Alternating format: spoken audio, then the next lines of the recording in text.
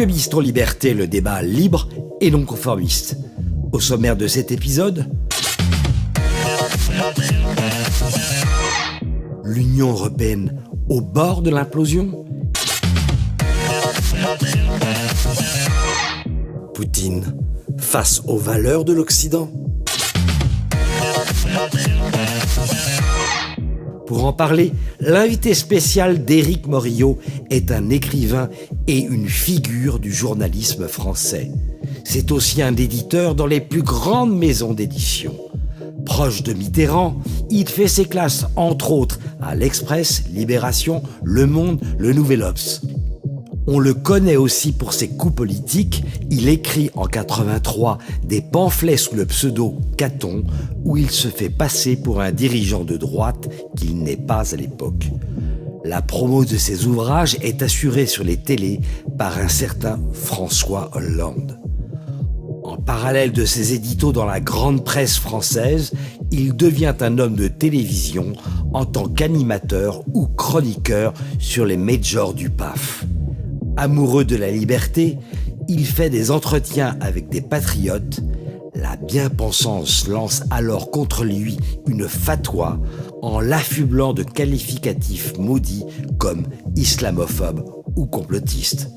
Valeurs actuelles, puis Sud Radio lui ouvre les portes où il fait un carton.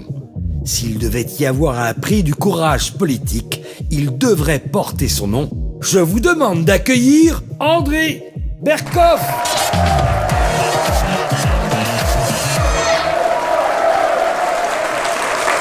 Mon cher André.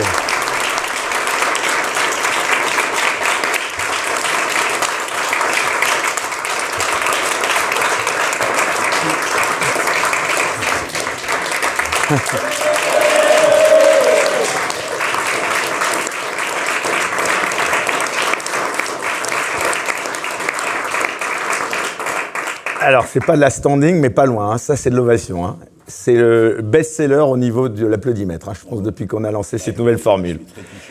Bonsoir à tous, je suis ravi de vous recevoir à nouveau pour ce nouveau numéro de Bistro Liberté. Alors en résumé, à 7 heures, plus de 400 000 vues pour la première émission avec Juan Branco en invité, et puis plus de 500 000 avec Idriss Aberkane, c'était juste dans la précédente. Alors je ne veux pas vous mettre la pression, à vous, à notre nouvel invité, mais la barre est haute. En tout cas, je remercie vraiment vivement tous ceux qui nous regardaient, ceux qui nous soutiennent, qui s'abonnent également à TVL. Pour cela, bien sûr, j'en profite aussi, n'hésitez pas à nous mettre des pouces levés, nous laisser des commentaires. Ce succès d'audience, c'est, on ne l'oublie pas, avant tout le vôtre et celui de notre public ici présent, qu'on peut applaudir d'ailleurs également.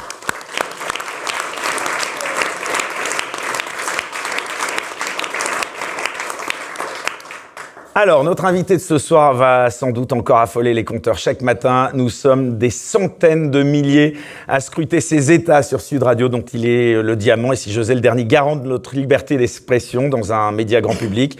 Mon cher André Berkoff, bonsoir. Bonsoir Eric. Merci d'avoir accepté cette invitation de Bistro Liberté. Alors on va pas se le cacher, enfin le public, on se connaît, donc on va peut-être se tutoyer si tu le veux bien. Avant d'aborder donc ce programme particulièrement riche ce soir, je te présente mon cher André, nos sociétaires du jour qui participent aussi grandement au succès de cette émission. Alors tout d'abord, Didier Maisto, il restera pour beaucoup celui qui a permis à Sud Radio de renaître en embauchant un certain André Berkoff. Depuis, il a pris un peu de distance. Il a pris un peu de distance dans les médias en allant naviguer en politique, mais pour notre plus grand plaisir, depuis peu, il revient dans cette mare aux médias. Sois donc encore une fois le bienvenu, cher Didier. Merci. À tes côtés, cher Didier, Alexis Poulain, lui aussi, il connaît bien Sud Radio. Il y intervient chaque semaine. Il est également journaliste et chroniqueur de nombreuses émissions et revues. Il est fondateur du site Le Monde Moderne, qui est reconnu pour ses analyses, je le dis à chaque fois, étayer son expertise dans les domaines comme les affaires européennes ou la politique étrangère. On est ravis de te recevoir à nouveau, cher Alexis. À ma gauche, un petit nouveau dans l'équipe, sa chaîne YouTube Juste Milieu est pour moi la crème de la crème et la révélation de cette rentrée. On peut dire que c'est vraiment une chaîne que j'encourage tout le monde à aller voir. En tout cas, on est ravis de l'accueillir. Il s'appelle donc Rémi Ouattremez. Bonsoir Rémi. Et enfin, c'est le taulier des sociétaires de cette nouvelle formule de Bistro Liberté, le seul qui finit toutes les bouteilles de pinard. Il n'a pas le béret, mais le bonnet. Hein. Il nous gratifie lui aussi de ses saillies toujours plus piquantes sur sa chaîne YouTube à lui aussi, qui cartonne. Elle s'appelle Je suis pas content TV. On est ravis de le recevoir. On peut l'applaudir. Greg Tabibian. Salut Greg. Salut. Alors, cher André, désormais, avant d'aborder les débats riches sur l'Ukraine, bien entendu, je te propose de revenir donc sur un thème qui m'est cher et qui prend tout son sens dans cette émission intitulée Bistro Liberté, comme tu le sais, et qui est aussi d'actualité dans le contexte de cette guerre, justement, en Ukraine. C'est évidemment le sujet de la liberté d'expression. Alors, première question, quel regard tu portes sur la liberté d'expression en France, sur l'état de cette liberté d'expression? Est-ce que c'est un sujet qui t'inquiète? C'est un sujet qui m'inquiète de façon récurrente, c'est pas nouveau. Depuis, honnêtement, si on compare, et je pense, je suis pas un perdreau de l'année, ça ne me rajeunit pas, mais moi j'ai connu les années 70 où un certain Charles de Gaulle, effectivement, régnait. Or, à l'époque, il y avait effectivement à l'ORTF le fil rouge qui reliait Alain Peyrefitte, ministre de l'Information, au rédacteur en chef. Mais la presse écrite, je rappelle qu'il y avait Harakiri, le nouveau Charlie Hebdo, il y avait l'anarchisme, il y avait une liberté absolument plus importante, mais nettement plus importante que celle qui est aujourd'hui. Pourquoi ? Parce que vous aviez encore des journaux qui appartenaient à leurs journalistes ou alors à des gens qui étaient formés dans le journalisme. Aujourd'hui, comme vous le savez, vous avez 7 personnes qui régentent absolument la presse écrite, voilà, oligarques, milliardaires, presse écrite, télévisée, radio, heureusement pas encore les réseaux sociaux, mais encore, et puis je ne parle pas du service public. Le problème de la liberté d'expression, c'est qu'il y a eu quelque chose qui s'est passé qui était de 2 ordres, parce que c'est important de rappeler ça. Le journalisme, c'est le journalisme d'investigation. C'est important, l'éditorial, c'est très important, mais aller sur le terrain, et je ne rappellerai pas nos ancêtres, Albert Londres, Joseph Kessel, Pierre Schneiderfeld, Lucien Baudard, et j'en passe, et des meilleurs, qui allaient sur le terrain, mais on les laissait aller sur le terrain pendant 2 semaines, 3 semaines, 1 mois, 2 mois, 3 mois. Moi, j'ai connu cette période à l'Express, dans les années 70, où je suis parti sur la route des fameux routards de l'après 68. Je suis parti 4 mois. L'Express m'a envoyé 4 mois jusqu'à l'Afghanistan, jusqu'au Népal, etc. Et on revenait, mais je donnais 10 papiers. Aujourd'hui, au bout de 48 ans, on me dit « Coco, t'as rien ramené, ça va pas ». Pourquoi ? Parce que ça a été repris par des contrôleurs de gestion. Ce qu'on appelle en anglais les cost killers, les tueurs de coûts. Donc il y a eu ce problème-là qui est un problème économique, et puis un problème politique, à savoir qu'un certain nombre de personnes qui possèdent les médias sont liées, pas tous quand même, mais au gouvernement, n'importe quel gouvernement. Attention, gauche et droite confondues, il faut pas se raconter des histoires là-dessus, c'est le pouvoir en place. Et donc, comme ces oligarques font des affaires avec le pouvoir en place, et nous sommes dans une France jacobine qui a besoin effectivement du pouvoir en place pour faire des affaires, et bien effectivement, il dit à leurs journalistes ceci. Or, et je ne dis pas, il y a des journalistes qui font formidablement leur boulot, encore parce qu'il ne faut pas généraliser, je déteste les généralisations, mais il y a un certain nombre de journalistes, vous savez, vous les regardez à la télévision, je ne nommerai personne, regardez bien quand vous êtes à la télévision, regardez le cou, regardez leur cou. Si vous voyez des rougeurs, c'est qu'ils ont abandonné le collier juste avant de rentrer en studio. Et la laisse, etc. Malheureusement, ça existe, et ce sont des gens, si vous voulez, qui sont effectivement tributaires économiquement, et voilà, ils obéissent. Donc ils obéissent à l'ordre établi, et donc on a un vrai problème de liberté d'expression. Mais heureusement, il y a encore une fois beaucoup de journalistes qui font leur métier, et puis dans les réseaux sociaux, vous avez cité un certain nombre de tribunes, vous avez cité un certain nombre de blogs, un certain nombre de chaînes YouTube, et bien il y en a, et heureusement qu'il y en a, ça fait une diversité formidable. Alors j'ai quand même une question que j'aimerais te poser, c'est le fait que tu animes globalement, donc sur Sud Radio, je le disais, la dernière émission libre, politiquement incorrecte des médias dits mainstream, qui est d'ailleurs l'émission qui, selon moi, porte cette radio. Comment fais-tu pour te maintenir, cher André, et surtout comment se fait-il que tu sois peut-être aujourd'hui le seul journaliste libre des médias, ou presque le seul, animé en tout cas, ce type d'émission pluraliste? Il n'y en a pas d'autres. Oui, alors donc, peut-être pas le seul. Je dois dire en tout cas, soyons absolument clairs, Sud Radio, aujourd'hui, me laisse une liberté totale. D'ailleurs, je ne suis là-bas que pour cela. Et je dois reconnaître, il faut que je rende hommage, en tout cas à Sud Radio, depuis le début, De toute façon, ça fait 6 ans que je suis là-bas. Je n'ai jamais eu, en tout cas, un problème d'invité ou un problème de savoir de quoi je voudrais parler. Pour moi, c'est une condition sine qua non. Sinon, je ne serais pas là. C'est-à-dire que la liberté, elle ne se divise pas. La liberté, elle ne se morcelle pas. La liberté, elle ne se sélectionne pas. Ce n'est pas le camp du bien contre le camp du mal. Ce n'est pas parce que quelqu'un je ne suis absolument pas d'accord, et j'ai reçu des gens vraiment dont certaines idées ne m'allaient pas du tout, mais c'est pas pour ça qu'il ne faut pas les entendre. Tout le problème est là. Aujourd'hui, nous sommes dans une période où il y a vraiment le camp du bien et le camp du mal. Vous savez, Hitler et Churchill, etc., etc. C'est pas possible. La réalité n'est pas cela. Si vous mettez une espèce de bulle, vous vous mettez dans une espèce de bulle qui vous cache le réel et vous dites « Ah oui, mais là, le réel, j'en ai rien à faire, c'est mes lunettes qui comptent. » Non, ce ne sont pas vos lunettes qui comptent, c'est le réel qui compte. Alors justement, tu parles de bulles. Est-ce que tu n'as pas l'impression, malgré tout, quand même, que nous sommes des bulles, nous, sur Internet, ces chaînes YouTube, parce qu'aujourd'hui, ces médias mainstream, ils ont quand même encore une influence considérable. Bien sûr. Ou ils ne l'ont plus, selon toi? Ils l'ont, non, mais c'est évident. Quand on écoute les journaux télévisés, etc., c'est évident qu'ils ont une influence considérable. On écoute des choses, on va parler de Russie-Ukraine, il y a des choses très fortes. Et le problème, encore une fois, il faut le dire ici, je veux dire, le problème terrifiant, c'est qu'on manipule. C'est que moi, ce qui me met en rage, c'est qu'on veut se battre jusqu'au dernier Ukrainien. C'est que des gens qui ne font pas la guerre, qui sont chez eux, vont manipuler un certain nombre de gens, qui vont perdre leur vie, qui vont perdre leurs biens, etc. Au nom de quoi? Et on sait très très bien au nom de quoi. Au nom d'un certain nombre de marchandises et d'ordres, qu'ils soient mondiaux ou pas. C'est ça qui ne va pas. Et on ne peut pas laisser les gens dire n'importe quoi. Et je crois, quand vous dites, bien sûr qu'il y a des bulles, on a chacun nos bulles. Mais nous, on jure sur le champagne. Vive les bulles. Mais on ne veut pas se contenter d'une bulle, on ne va pas s'enfermer dans une bulle, on regarde les autres, on les traverse et on les étudie. Alors, on va bien sûr revenir en longueur tout à l'heure, donc bien sûr sur ce conflit. Mais avant cela, quelques questions d'actualité, mon cher André. Tout d'abord, tu penses quoi des premiers mois du second mandat d'Emmanuel Macron? Ah, écoute, le second mandat d'Emmanuel Macron, c'est le premier mandat d'Emmanuel Macron. Ce qui est magnifique chez Emmanuel Macron, c'est que on prend les mêmes et on se recommence. C'est-à-dire le « en même temps » est devenu une espèce de religion. Qu'est-ce qu'il y a de nouveau entre début 2017? Vous savez, moi j'avais raconté ça en 2017. D'ailleurs, depuis, je ne suis plus invité à France 2.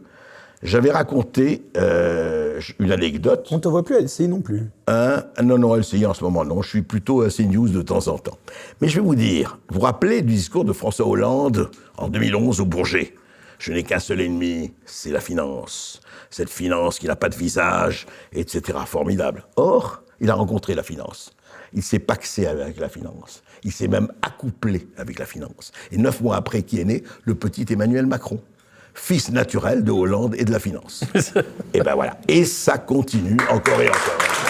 Donc voilà. Ça n'a pas changé. Ça s'est même aggravé dans la mesure où on voit très bien aujourd'hui, il ne parle plus de la France, il ne parle que de l'Europe. Il ne parle plus il prend des partis où on se demande où il est. Voilà. Tu penses qu'il aura intérêt à dissoudre l'Assemblée nationale, comme il le laisse entendre? Est-ce qu'il va faire ce que Chirac avait fait en 97 pour amener Jospin pendant 5 ans? Non, il ne le fera pas, à mon avis. Il ne le fera pas, c'est très intéressant. Il fait sa petite... il dit, attendez, si vous ne... Mais il peut faire ce qu'il veut. Aujourd'hui, écoutez, où sont les contre-pouvoirs en France? Il y a un pouvoir qui est l'exécutif. La preuve, Alexis Collère, son cerveau droit, est mis en examen. Éric Dupond-Moretti, ministre de la Justice, va nommer un président de la Cour de cassation qui va le juger. Eh ben, on s'en fout. Je les maintiens. J'en ai rien à faire. N'oubliez jamais que Emmanuel Macron est ce type qui a dit aux Parisiens, il a relu le texte, il n'a pas dit « j'emmerde les non-vaccinés ». Il a dit « j'ai envie d'emmerder les non-vaccinés ». C'est-à-dire, quelque part, il y a une jouissance là-dedans. Un petit Caligula de sous-préfecture. Intéressant. Alors, les affaires Adrien Quatennens et Julien Bayou, qu'est-ce que ça dit de notre époque et des rapports hommes-femmes qui nous sont promis aujourd'hui, mon cher André Berkoff? Écoutez, moi, c'est très gênant, ce tribunal à la fois médiatico-politique. Enfin, mais nous avons un fou qui est un vil formidable, en la personne de Sandrine Rousseau. Elle est magnifique. C'est-à-dire que Sandrine Rousseau arrive à la télévision en disant « oui, il y a une femme qui m'a dit ça et ça et ça, c'est peut-être vrai. Mais enfin, attendez, moi je veux bien, et vous savez très bien ce que je pense. C'est pas une question de gauche ou de droite. c'est que, est-ce que vous livrez au tribunal médiatique, dans l'instant, etc., tout ce qui se passe entre un couple. Alors, si la personne est reconnue comme étant brutale, etc., bien sûr qu'il faut la condamner. Et bien plus, la sanctionner très sévèrement. Enfin, qu'est-ce que c'est que ce tribunal? On retrouve les sorcières de Salem. C'est-à-dire, on est prêt, allez, maintenant, je vais à la télévision, je dis, voilà, telle personne a fait ça, telle personne a fait ça, telle personne a fait ça. Autant je suis d'accord avec MeToo quand il s'agit de libérer la parole, autant quand il s'agit de faire un espèce de procès, mais vraiment public, devant des millions de personnes, comme ça, avec la personne qui ne peut plus parler et qui ne même peut plus se défendre. Ça me paraît, si vous voulez, vous savez ce qui me gêne là-dedans, c'est cet exhibitionnisme terrifiant. Alors, autant sur la justice, il faut être extrêmement impitoyable envers les hommes qui maltraitent leurs femmes ou leurs enfants ou qui que ce soit, ou vice-versa, ou les femmes qui... Autant quand même, il faut faire très attention à ne pas détruire un foyer, de ne pas détruire une réputation, de ne pas détruire quelqu'un et l'amener vraiment à la marginalisation la plus totale, quoi. Ça me paraît, moi, très gênant.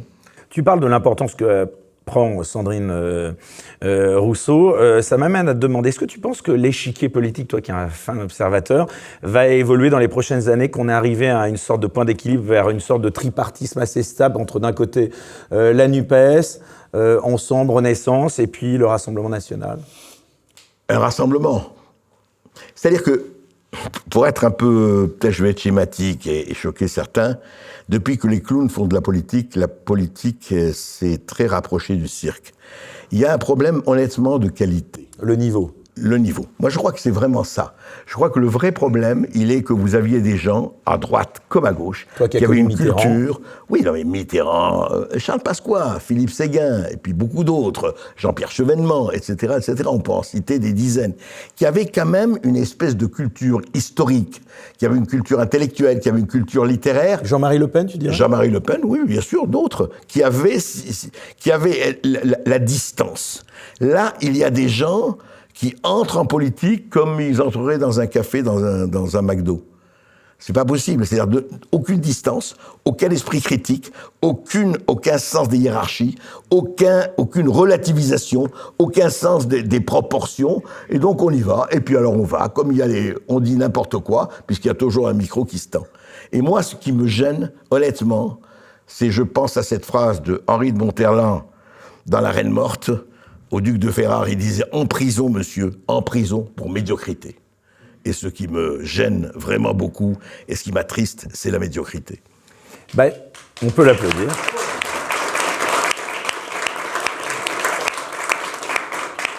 François Bayrou, possible candidat en 2027, ce serait peut-être le sauveur. Ça t'inspire quoi?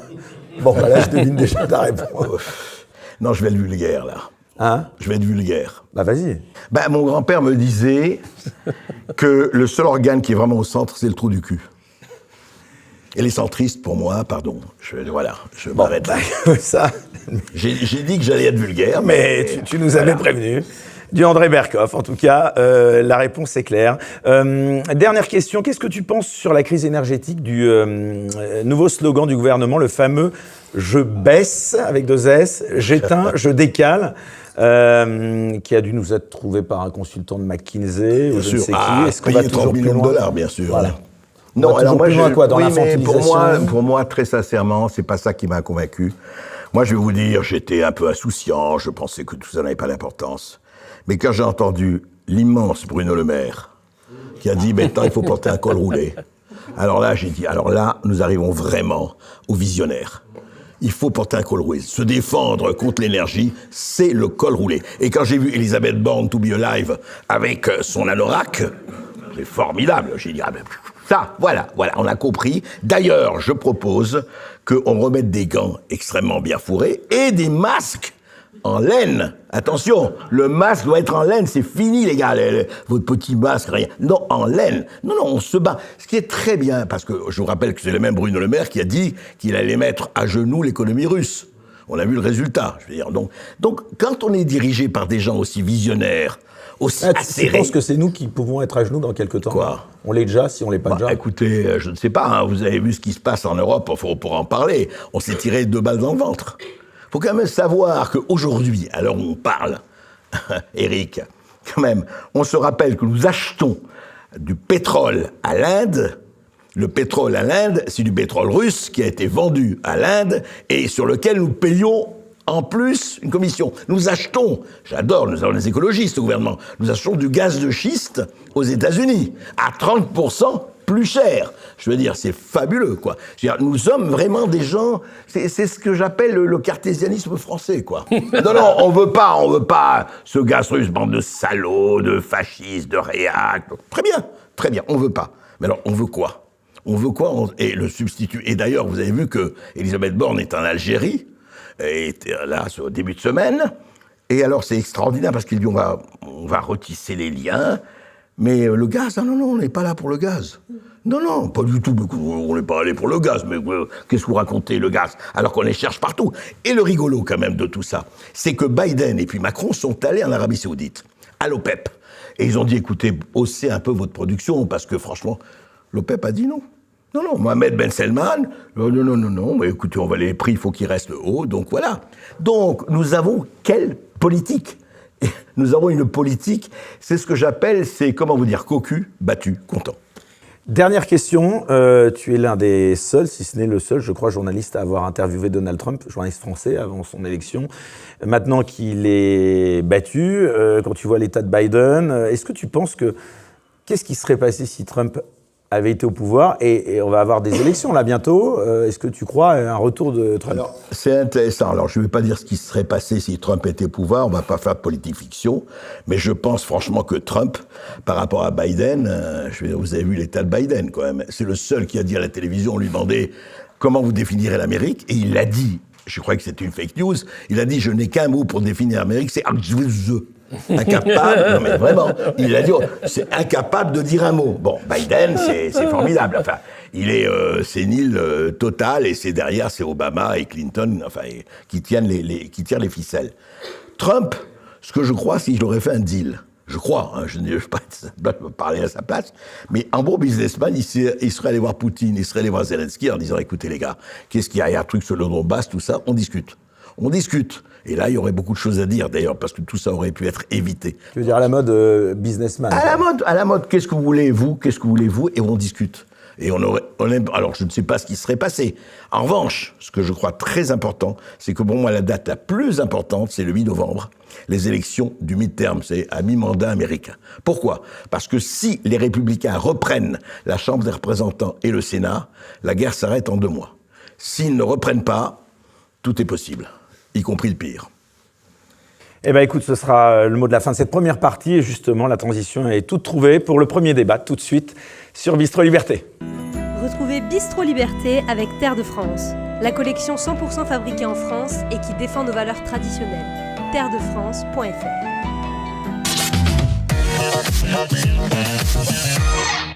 L'Union européenne est-elle au bord de l'implosion ? Autosanctions, divergences politiques et crise énergétique. La guerre en Ukraine, est-ce une crise terminale de l'Union et de l'idée même européenne ? Ou bien une nouvelle étape d'une Europe n'avançant qu'en surmontant les crises ?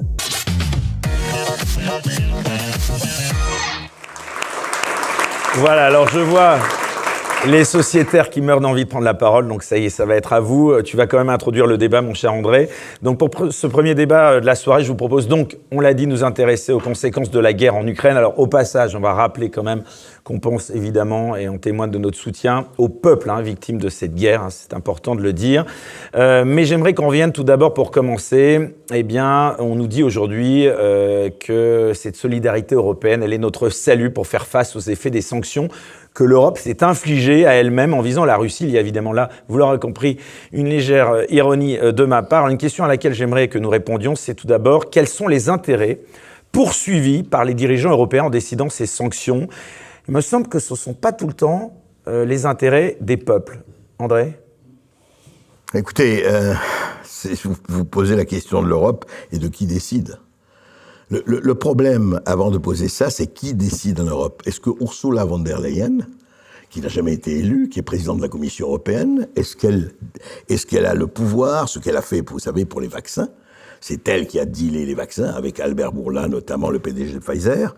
Ça, c'est une première question. Le Parlement européen, on voit un rôle très secondaire. Deuxièmement, et je vais laisser parler mes petits camarades, c'est comment peut-on expliquer que, même dans cette guerre, on voit très bien qu'entre l'Allemagne, entre l'Espagne, le Portugal, etc., il y a de sacrées différences d'intérêts.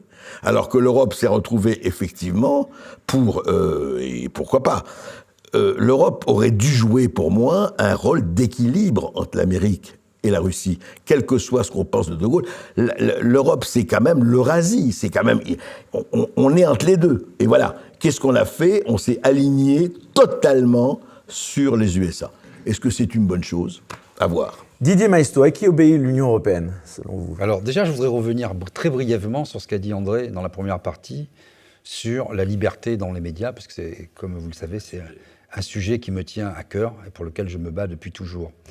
Il y a bien sûr les oligarques, les milliardaires, le service public qui est devenu lamentable, qui s'est macronisé à la vitesse de l'éclair.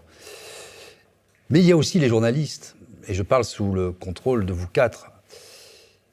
Quand on leur offre une liberté aux journalistes, qu'est-ce qu'ils en font? Ils pleurent, ils n'en font rien. Les trois qui sont là, vous êtes les seuls à qui j'ai permis une liberté qu'il avait utilisée. Je peux C'est vrai, dire, parce que c'est grâce à toi. il y a prescription, je peux le dire. Je vais raconter juste une brève anecdote. J'avais fait un tweet sur Benjamin Griveaux, cette fameuse histoire phallique. Et donc, M. Griveaux, voyant mon tweet, a décidé d'annuler sa venue à la matinale de Sud Radio. Et moi, dans la rédaction, ils sont venus me voir. « Mais comment tu as tweeté, etc. » Et j'ai eu cette prophétie, mais j'y suis pour rien. Je veux dire, c'est le hasard. Je dis Griveaux, rien à faire. Dans 15 jours, il ne sera plus rien. Boum, le lendemain, sort l'affaire Griveaux. Ça, c'est l'anecdote, mais c'est révélateur du fonctionnement. Parce qu'il y a la censure, mais il y a aussi l'autocensure. Et les journalistes, comme il y a une histoire de niveau, de médiocrité, qui veulent plaire à tous les pouvoirs, ils sont très contents quand ils peuvent toucher un homme politique, quand ils les invitent à déjeuner, etc. Moi, j'ai toujours refusé d'être invité à déjeuner, de partir en week-end, de me faire payer quoi que ce soit. On ne me voyait pas au théâtre avec des hommes politiques. Cette collusion, elle existe plus que jamais encore. Mais bien sûr, après qu'on fasse de la politique, ça a été notre cas à tous, avant, après, mais pendant, sous cet sacro-saint principe qui est faux d'ailleurs de l'objectivité. Hein. C'est comme quand ce sacré journal du soir, Le Monde, se veut objectif et en fait fait passer bien sûr une idéologie. Ça c'est scandaleux. Donc il y a bien sûr les patrons de presse qui sont en affaire avec l'État aux États-Unis. C'est pas possible quand vous vendez des armes, des travaux publics ou de la téléphonie ou des médicaments, vous ne pouvez pas posséder de médias. Mais il y a aussi le problème des journalistes et la rougeur et la laisse dont parlait André, c'est aussi eux-mêmes qui se la tirent. Alors, bien sur l'Union européenne. Bien souvent. Sur l'Union européenne, je crois qu'André a bien résumé. Est-ce qu'on a voté d'abord pour que la Commission européenne distribuât des médicaments à tout le monde, etc. Non, moi j'ai pas voté pour ça. On l'a rappelé, elle n'est pas élue. Voilà. Est-ce qu'on a voté pour que la Commission européenne, puisque on voit bien qui est la patronne de l'Europe aujourd'hui, le centre de pouvoir européen s'est décalé, et aujourd'hui la vraie patronne de l'Europe, oui, l'Europe a un visage, c'est celui d'Ursula von der Leyen. Est-ce qu'on a eu un débat pour voter pour l'entrée en guerre d'un pays, et je ne parle pas du peuple ukrainien, je parle du dirigeant ukrainien, qui est quand même assez particulier, d'un pays qui ne fait pas partie de l'OTAN, qui ne fait pas partie de l'Union européenne. Moi, je n'ai pas voté pour ça. Est-ce qu'il y a aujourd'hui, je vais plus loin, puisque... Ah, mais les peuples non, mais il y a tout un... Vous savez, il y a les chaînes, il y a toujours des maillons. Le maillon, André l'a rappelé, le premier maillon, le plus solide, hein, une chaîne ne tient que par son maillon le plus faible, comme chacun sait. Le maillon le plus solide, c'est les États-Unis. Ensuite, il y a le petit maillon, c'est l'Union européenne, et je dirais même la Commission européenne, parce que les parlements font de la mousse, il a encore créé un machin, Macron, le Conseil politique de l'Europe, il y a déjà 7 institutions européennes, vous avez vu, ça fonctionne super bien, il n'y a pas de problème là-dessus. Hein. Et ensuite, vous avez les derniers petits maillons, qui s'appellent Macron en France, mais est-ce qu'il y a un débat? Aujourd'hui, au Parlement, il y a une guerre sur le territoire européen, qui n'est pas dans l'Union européenne, mais sur le territoire européen. On parle des cols roulés et des box. Le Parlement n'est pas saisi, mais est-ce que vous avez entendu des leaders des oppositions se manifester, dire quelque chose? Donc voilà, on est dans cette Europe néolibérale, mais aussi complètement marié à la fois à la finance, mais aussi à la technostructure. Et c'est la première fois qu'il y a en fait cette alliance de la carpe et du lapin, finalement d'un deep state à l'européenne ou à la française, allié à un néolibéralisme qui déréglemente aujourd'hui. On ne sait pas pourquoi on fait la guerre, au nom de quoi. Alors on ne va pas repartir dans les accords de Minsk, la situation du Donbass, même si on devrait le faire, on va sans doute le faire dans la suite du débat. Mais on ne sait pas... Il y a eu un échange très vif avec Laurent Alexandre à ce sujet. Oui, mais Laurent Alexandre, ça me fait toujours marrer, moi, les exilés fiscaux qui se disent sur les plateaux de télévision patriotes. Alors je lui ai dit effectivement dans une émission de télévision, mais va te battre, on recrute. Mais il est résident belge, alors c'est un peu compliqué, quoi. Alexis Poulain, fin connaisseur exactement aussi de ces sujets européens. Quel est ton avis là-dessus ? À qui obéit l'Union européenne ? Elle obéit à BlackRock, elle obéit à tous les fonds de pension et à tous les organismes de la finance internationale et au lobby. Quand on travaille à Bruxelles, et je l'ai fait, j'ai fait pas mal d'allers-retours, on comprend très vite que toute la construction européenne de ces dernières années, au-delà de la politique atlantiste, qui a voulu faire un marché unique pour que des produits américains se déversent après-guerre, le plan Marshall et puis la suite, c'est faire en sorte que les législations de chaque pays européen soient les plus ouvertes possibles au lobby américain, et particulièrement au lobby américain. Parce que quand vous allez à Bruxelles, vous avez par exemple Google qui a 50 avocats qui travaillent à l'année pour faire avancer les intérêts de Google. Michelin, qui est un champion français de l'industrie, vous avez 2 lobbyistes, dont un qui a 2 ans de la retraite. Voilà, c'est ça la force de frappe en fait de l'Europe, enfin des lobbies qui ont mis la main sur ce formidable outil, puisqu'ils se sont dit, tiens, on a des gens qui viennent de partout, qu'on peut facilement influencer, pour ne pas dire corrompre, et faire en sorte que, de retour chez eux, ils fassent des lois qui vont nous servir. Et puis alors, ça va encore plus vite quand vous avez quelqu'un comme Emmanuel Macron, qui fait la campagne de Uber, par exemple, pour ouvrir les VTC en disant « c'est super, ça va créer des emplois ». Il dit pas des emplois, il dit des emplois. Donc ça crée des emplois, mais ça détruit surtout des pans entiers de l'industrie, comme quand on accueille un entrepôt Amazon, on sait que derrière, c'est X petits commerces qui ferment la porte, c'est toute une région qui se réorganise, où finalement, le seul pôle d'emploi va être l'entrepôt Amazon. Et on a affaire, avec la technostructure européenne, à des gens qui viennent de pays où, quand on a un salaire de techno-européen, on est le roi du monde quand on retourne au pays. On peut faire vivre la famille, les amis, un parti politique, enfin bref, c'est une manne. Et vous avez des pays qui sont devenus champions, en fait, de l'institution européenne. Les Italiens ont été très forts, dès le début. Puis vous avez eu les pays de l'accession qui sont arrivés aussi en masse et en nombre. On parle beaucoup des pays baltes en ce moment, les pays de la Baltique, les Estoniens, par exemple, ils ont été champions aussi sur l'alignement à Bruxelles pour être sûr de bien se mettre dans l'appareil bruxellois. Et les champions, toutes catégories, c'est les Allemands. Parce qu'eux, ils ont pris au sérieux cette construction lobbyiste qu'était l'Union européenne. Quand vous avez des députés européens allemands, ils vivent à Bruxelles, ils font vraiment les lois, ils sont vraiment impliqués et ils font en sorte que ça marche pour eux. Résultat des comptes, vous avez une Allemande à la tête de la Commission européenne et toutes les lois européennes sont faites pour que ça bénéficie à l'Allemagne, pas à la France. Les Français, quand vous envoyez un député européen français à Bruxelles, il ne vit pas à Bruxelles, il y va de temps en temps. Il ne fait pas vraiment son boulot. Il va cachetonner, quoi. Il va cachetonner. Et généralement, il est là parce qu'il a raté une élection nationale. Et donc, il faut le recaser quelque part. Donc, on dit, écoute, il y a les européennes qui arrivent, tu peux patienter encore un an ? Oui. Et donc, on envoie des champions. Et ça, on ne l'a pas pris au sérieux. Donc, mais même les industries, enfin les entreprises françaises, quand Michelin envoie seulement 2 lobbyistes contre les 50 de Google, on sait qu'on ne va pas gagner. Et puis, ça demande des moyens. Donc, on n'a pas mis les moyens pour que l'Europe fonctionne dans nos intérêts. Et puis après, on a des élites autoproclamées qui sont totalement européistes, qui ont fait toute une carrière avec ce mantra, l'Europe c'est la paix, l'Europe c'est des valeurs, c'est l'état de droit qui reste à définir, puisque quand on censure une chaîne comme RT en dehors de tout cadre de droit, puisqu'on avait l'agrément... Sur laquelle tu intervenais ainsi. Bien sûr. Et bien là, il n'y a pas de cadre légal, mais on continue, et puis sans parler de l'état d'exception avec le Covid, enfin bref, l'état de droit, on s'assoit dessus quand on veut, c'est à géométrie variable. Donc là, c'est tout ce système, en fait, pour moi, l'Europe aujourd'hui, c'est un principe de lobbying où le plus riche gagne. C'est-à-dire, plus vous investissez dans l'Europe, plus vous gagnez. Et aujourd'hui, ceux qui ont gagné, c'est les Américains, évidemment, et les Allemands. Les Français, on se fait tondre systématiquement. Regardez, sur les plans de relance, on paye plus que ce qu'on va récupérer par rapport au plan de relance Covid. C'est quand même génial. Alors que vous avez Bruno Le Maire et Macron qui nous disent c'est super, notre pays qui est endetté à 3 000 milliards de dettes va s'endetter pour payer la dette et pour payer également la dette européenne. Pareil, sur le système européen, c'est c'est une pyramide de Ponzi, puisque l'idée c'est qu'il y a une dette européenne, il va falloir aussi la revendre de la dette et faire en sorte qu'on retrouve, puisque seuls les Allemands peuvent s'endetter sans problème sur les marchés, à 200 milliards à peu près, sans problème. Les Italiens ne peuvent pas, les Espagnols non plus, et les Français ne peuvent plus. Ils pouvaient il y a quelques temps, mais voilà, la dette d'État, c'est quelque chose qui se vend bien, c'est un super produit, mais plus maintenant. Donc voilà, l'Europe, c'est un outil que nous n'avons pas utilisé et qui se retourne maintenant contre nous. J'aimerais qu'on revienne sur ces sanctions et justement sur ces valeurs de l'Europe dont tu parlais. Je vais me faire un peu l'avocat du diable en prenant les propos d'une certaine Caroline Fourest. Est-ce que c'est pas une preuve de grandeur de nos sociétés que d'être, je la cite, capable de sacrifier son confort individuel pour défendre ces fameuses valeurs? Je te vois. Ouais, elle a dit ça. T'as dit quoi? Elle a dit ça, la dame. Oui, voilà, c'est ça. La dame. Non, mais ça, la dame, je l'aurais pas. Moi aussi après. C'est à vous sur France 5.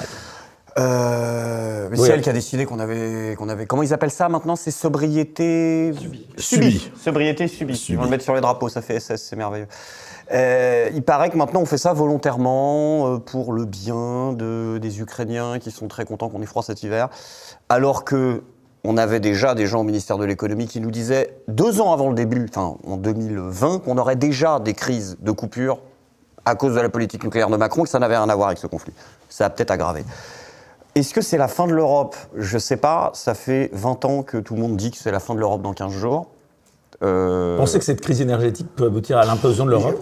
Tout aboutit. Quand il y a eu la crise de 2008, on nous a dit que c'est la fin de l'Europe. On a bouffé du Delamarche qui nous l'expliquait toutes les semaines pendant 10 ans. Quand il y a eu le non français à la guerre en Irak, on dit c'est terminé, l'Europe unie, c'est fini maintenant, on va se ranger derrière la France, etc. Il y a toujours une bonne raison pour que ce soit la fin de l'Europe. La fin de l'Europe, elle sera conditionnée au fait que les peuples se réveillent, puisqu'il n'y a plus de système démocratique qui permette à l'Europe de condamner sa propre folie. Je ne pense pas que ce soit la fin de l'Europe, c'est la fin d'un narratif européen. C'est-à-dire le narratif de l'Europe démocratique. Que l'Europe, c'est pour la démocratie. Que c'est pour plus de transparence, d'efficacité, de représentativité. Et on voit dans le discours le président de Twitter nous dire la liberté d'expression n'est plus la priorité de notre réseau social. On voit Twitter au passage qui vient d'être acheté, là c'est officiel. Oui, ça y est. Ah ça y est, ouais. Il a rechangé. Oh, ça y est.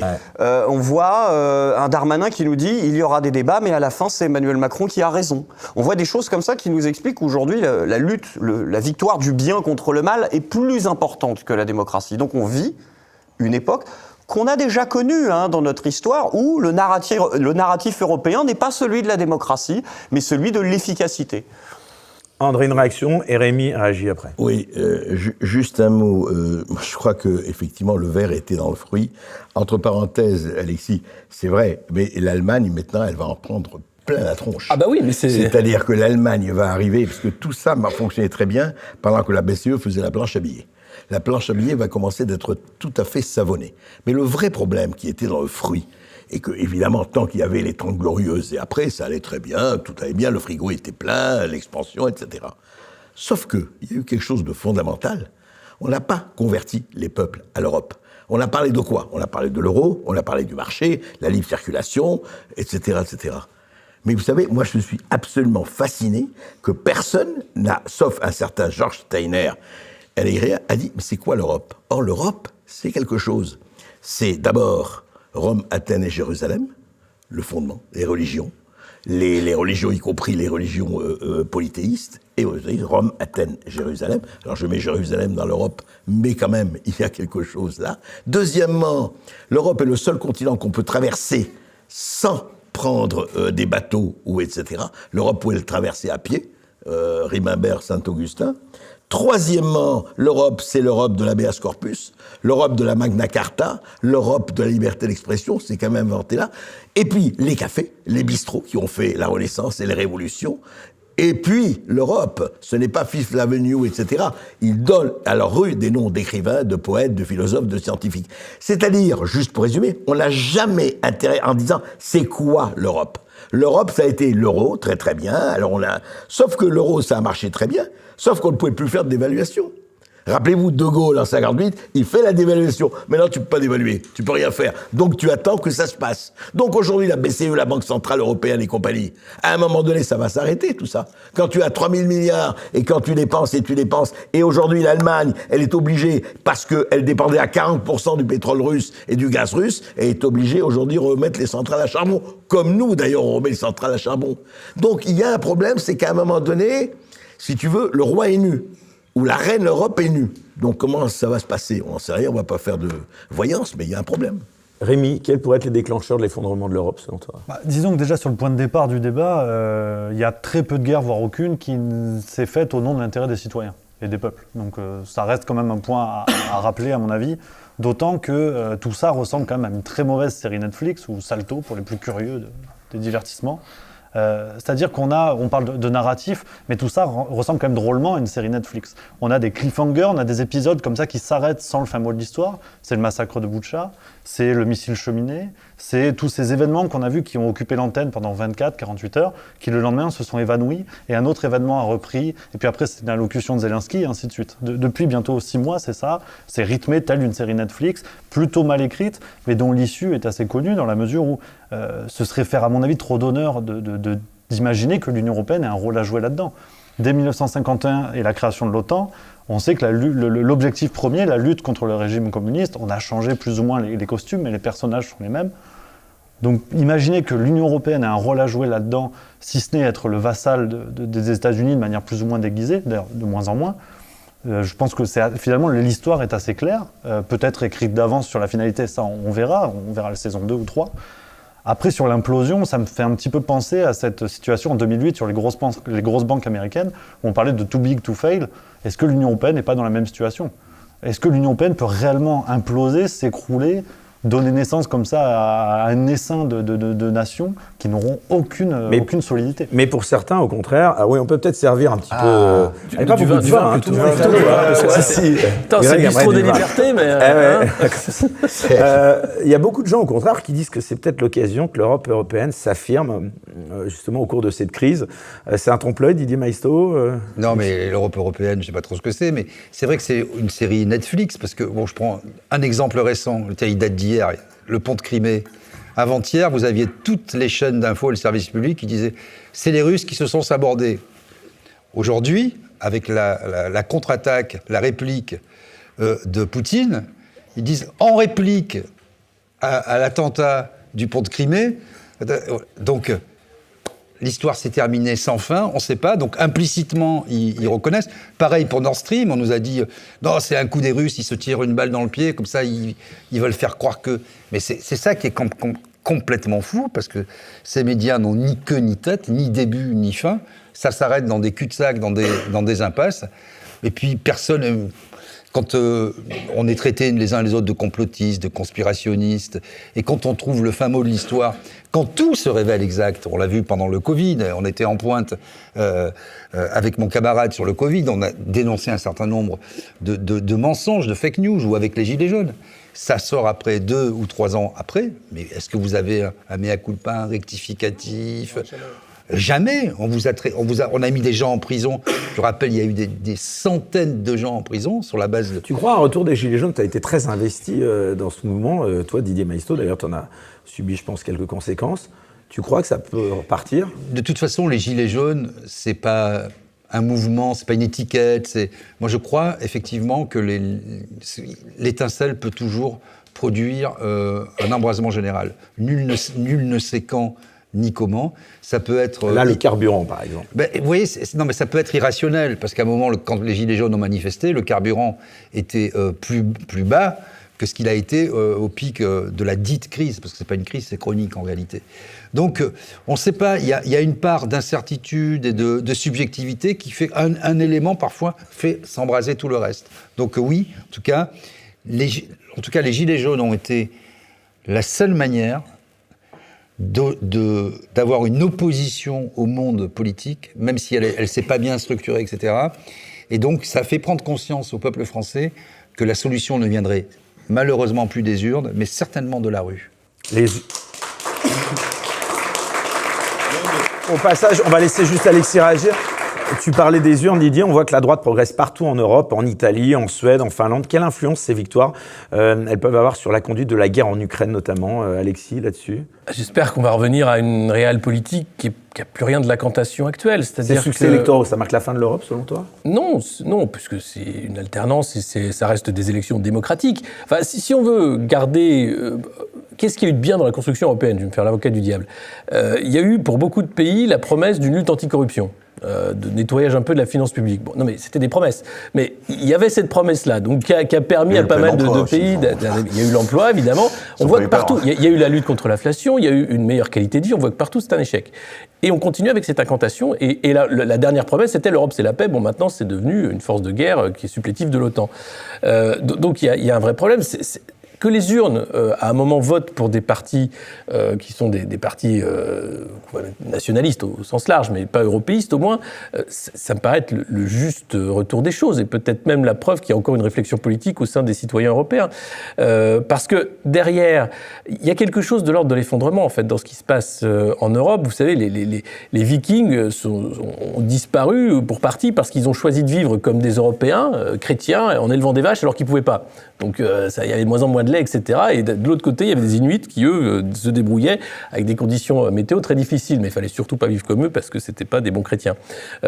L'Europe, c'est ça. C'est-à-dire, c'est les chrétiens démocrates allemands qui tiennent le truc. Et donc, il faut avoir ces valeurs-là. C'est aussi Ursula von der Leyen qui dit qu'elle a les outils pour que si l'Italie vote à mal... Mais c'est ça. Et donc, alors, elle va y sortir les outils. Et donc, il y a cette croyance... Elle va essayer. De toute façon, on a eu la Troïka sur la Grèce. On sait très bien que c'est pas tant l'Italie, la Norvège. Le problème, c'est est-ce que le politique, aujourd'hui, dans quelques pays européens que ce soit, a encore réellement le pouvoir? Est-ce que c'est encore le lieu du pouvoir? Ou est-ce que c'est simplement un théâtre?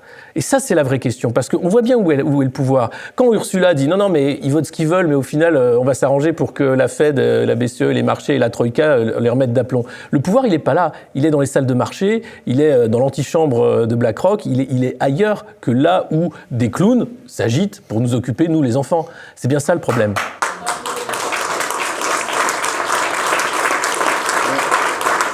André Berkoff. Alors, je crois que effectivement, le pouvoir, où est le pouvoir? On sait très bien qu'il n'est plus où on pensait qu'il était. La meilleure preuve, si vous voulez, et rappelez-vous, il y a eu quelque chose de fondamental. Il faut revenir à ça, c'est 2005, le référendum sur la Constitution européenne. Hein. Les Français votent à 55% contre, effectivement, la Constitution européenne telle qu'elle était présentée. Et donc, évidemment, ils se sont assis dessus. Et 2 ans après, c'était Lisbonne. Mais l'intérêt, il va plus loin. Et là, ça concerne chacun d'entre nous. C'est que qu'est-ce qu'ont dit les médias, de droite comme à gauche, de Libération au Figaro? Ils ont dit, mais vous êtes des crétins, bande de peuple français, vous êtes des imbéciles, vous n'avez rien compris à rien, il faut vraiment vous expliquer. Et ça me rappelle le dramaturge communiste allemand Bertolt Brecht. Il disait que dans un pays, à un moment donné, le peuple maugréait contre le gouvernement. Et il a dit, le gouvernement excédé décida de dissoudre le peuple et d'élire un autre peuple. On en est là. Il faut le savoir. On est dans la dissolution. Demandez les peuples de Klaus Schwab à BlackRock, à Vanguard, parce qu'ils sont, et c'est pas un complot, ça n'a rien de complotiste. Nous, on est là pour rationaliser les gens. Vous êtes 7 milliards de consommateurs, on va faire de vous 7 milliards. Et après, vous pouvez être woke, vous pouvez être burkini, vous pouvez être ce que vous voulez, vous pouvez être genre, vous pouvez être cisgenre, etc. On s'en fout, on aura des produits pour vous. C'est ça le problème. C'est Assa Traoré chez Louboutin, c'est la rappeuse chez L'Oréal. C'est-à-dire, nous, on s'en fout, on veut que vous soyez des consommateurs, et vous êtes 7 milliards de consommateurs, et le reste, l'identité, on s'en fout. Voilà où on en est. C'est pas qu'ils s'en foutent. Ça te fait réagir, Mais c'est exactement ce qu'on disait la dernière fois. C'est Macron, par exemple, est le représentant de cette école de pensée qui pense que c'est même pas qu'il méprise l'identité, c'est qu'elle n'existe pas. Quand Macron, on disait ça la dernière fois, te prend un village en Bretagne et te met 30% d'immigrés d'un coup, c'est parce que pour lui, les habitus, ça n'existe pas, la culture, ça n'existe pas, l'histoire, ça n'existe pas, la terre, le temps, tout ça, ça n'existe. C'est faisable. Je pense pas que le mec se dit je fais ça pour foutre la guerre civile. Il se dit mais il n'y a pas de problème. Pourquoi il y aurait des problèmes? Mais oui. Parce que les gens qui se sont jamais rencontrés comme ça, fassent 8000 bornes pour être là, il n'y a pas de souci. Et pourquoi où ça devient très grave, pour rebondir sur les nationalismes. C'est pour ça aussi qu'ils sont inopérants, ces retours de nationalisme en Europe. Je prends l'exemple de Mélanie, par exemple. Mélanie... elle vient d'arriver. En même temps. Non, mais Mélanie, c'est complètement un produit du système. En tout cas, elle se fait élire contre le système, etc. Puis sa première déclaration, c'était regardez, on est ici, le centre droit, elle a dit le soir même. Elle va rester dans l'OTAN, elle va rester dans l'Europe, elle va filer doux, elle va filer droit. Donc, c'est bien ça, c'est un peu comme dans Terminator, vous savez. Le type, là, il est par terre, il est en cristaux liquides, il se recompose. Ben, le système se recompose comme ça. Il prend un peu de néolibéraux, un peu de néo-nationalistes, etc. Je vous rendrai sceptique. Du moment... moi, je regarde les actes, Oui, enfin, les actes, elle n'est pas encore arrivée, on verra bien ce que tu verras qu'elle restera dans l'Europe. C'est possible. Et qu'elle restera dans l'OTAN. C'est possible, mais il y a quand même une immense faille dans cette histoire. Il ne faut pas oublier. Le monde a basculé. C'est le basculement du monde, et c'est pour ça que c'est passionnant. Et c'est pareil depuis 50 ans. Non, en 2 mots, c'est quoi ? C'est qu'il n'y a pas un... Je dis... Depuis 45, c'est-à-dire pratiquement 80 ans et même plus, il n'y avait pas 1 gramme de pétrole ou un truc de gaz qui ne se négociait pas en dollars. Okay ? Le dollar, tu ne pouvais pas négocier 1 gramme. Aujourd'hui, qu'est-ce qui se passe ? C'est ça qui est nouveau. Alors, il y a eu la guerre froide, URSS, États-Unis, la fin de l'histoire de M. Fukuyama, le 11 septembre et ce qui s'est passé avec les tours et l'islamisme. Et aujourd'hui, il y a quoi ? Il y a les pays qui ne sont plus émergents, qui sont aujourd'hui là. Que ce soit, on peut penser ce qu'on veut de leur régime, mais c'est pas là. Que ce soit la Chine, l'Inde et la Russie. Or, quand on a appris, il y a 1 mois et demi, que l'Arabie Saoudite avait vendu du pétrole en yuan à la Chine, ça change tout. C'est le début de la dédollarisation du monde. Ça va prendre des années, c'est pas demain, c'est pas etc. Ça veut dire qu'il y a un monde qui bascule, et effectivement, et ça c'est terrible, parce que pour l'Amérique, perdre la prééminence absolue et mondiale du dollar est quelque chose D'où aussi très intéressant, l'accord qui est en train d'être promulgué et développé entre les Chinois et les Russes, puisqu'on a poussé les Russes qui étaient européens, qui ont tapé à la porte de l'Europe pendant des années. On les a poussés vers la Chine, et ils ont un système qui est en opposition avec SWIFT, qui est un contre SWIFT, quoi, je veux dire, et qui marche très bien. Bancaire, quoi. Voilà, donc pour toutes les transactions financières. Donc là, c'est vrai que le centre de gravité est en train de se déplacer. Des puissances nationalistes ont émergé, mais ça c'est l'Inde, la Chine, qui sont plus du tout des pays émergents, petit à petit. Hein. Et donc elles sont en train on voit que finalement l'Europe est dépossédée de sa puissance et de son pouvoir, alors que normalement, on a un vieux continent. Parce que cette guerre en Ukraine, il faut voir que les États-Unis investissent massivement depuis le Maïdan et même au-delà, parce que c'était un pivot pour eux dans une stratégie justement de chute de la Russie, fragmentation de la Russie. Même de démembrement de la Russie. De démembrement, bien sûr. Il faut lire ce rapport du Rand Institute, c'est écrit, qui explique que oui, utiliser les faiblesses internes, mais l'Ukraine était vraiment un des piliers de cette stratégie américaine. Et vous avez tous les leaders démocrates et autres qui sont passés là-bas faire des discours pendant le Maïdan et après, et puis tous les fils d'oligarques américains, dont le fils Biden, qui ont profité des largesses des entreprises ukrainiennes, largement corrompues, pour ne rien faire. Et donc, cette guerre permet de sauver le dollar. Regardez la chute de l'euro, la chute de toutes les monnaies. Dès que vous avez un moment d'incertitude de cette ampleur-là, le dollar reste une valeur refuge. Donc les États-Unis ont fait, sachant que leur économie est en récession, sachant qu'ils s'étaient retirés d'Afghanistan, c'était un fiasco total, en laissant tout sur place pour que les talibans puissent utiliser les armes. Globalement, c'était un beau cadeau qu'ils leur ont fait. Et derrière, il fallait trouver le prochain conflit et sauver le dollar, sachant que le Covid a mis à mal l'économie américaine, avec la Chine qui, justement, les années Trump, c'est quand même le moment où les États-Unis prennent l'ampleur du danger chinois. Résultat... Aucun conflit, tu me confirmes? Non, aucun. Mais par contre, vous avez eu un général iranien qui a été tué chirurgicalement, vous avez eu un rapprochement avec la Corée du Nord. Enfin, Trump mettait des pions, justement, dans cette lutte contre la Chine. Et aujourd'hui, la guerre en Ukraine, c'est du pain béni, avec des dirigeants européens totalement alignés sur les faucons de Washington. Ça permet de sauver le dollar, de flinguer l'Europe comme une Europe politique et d'assurer une occupation ce qui aux Chinois pose avec la question, franchement, du masochisme des dirigeants européens. Oui, c'est pas du masochisme. Je pense qu'ils ne travaillent pas pour des intérêts. C'est sur ce point-là, quand même, je voulais émettre un peu un bémol, parce que la logique du système, je trouve qu'elle trouve vite une limite. Parce que, qu'on le veuille ou pas, Emmanuel Macron a été réélu. On a cru que le salut viendrait d'un ancien chroniqueur de Laurent Ruquier qui s'appelle Éric Zemmour.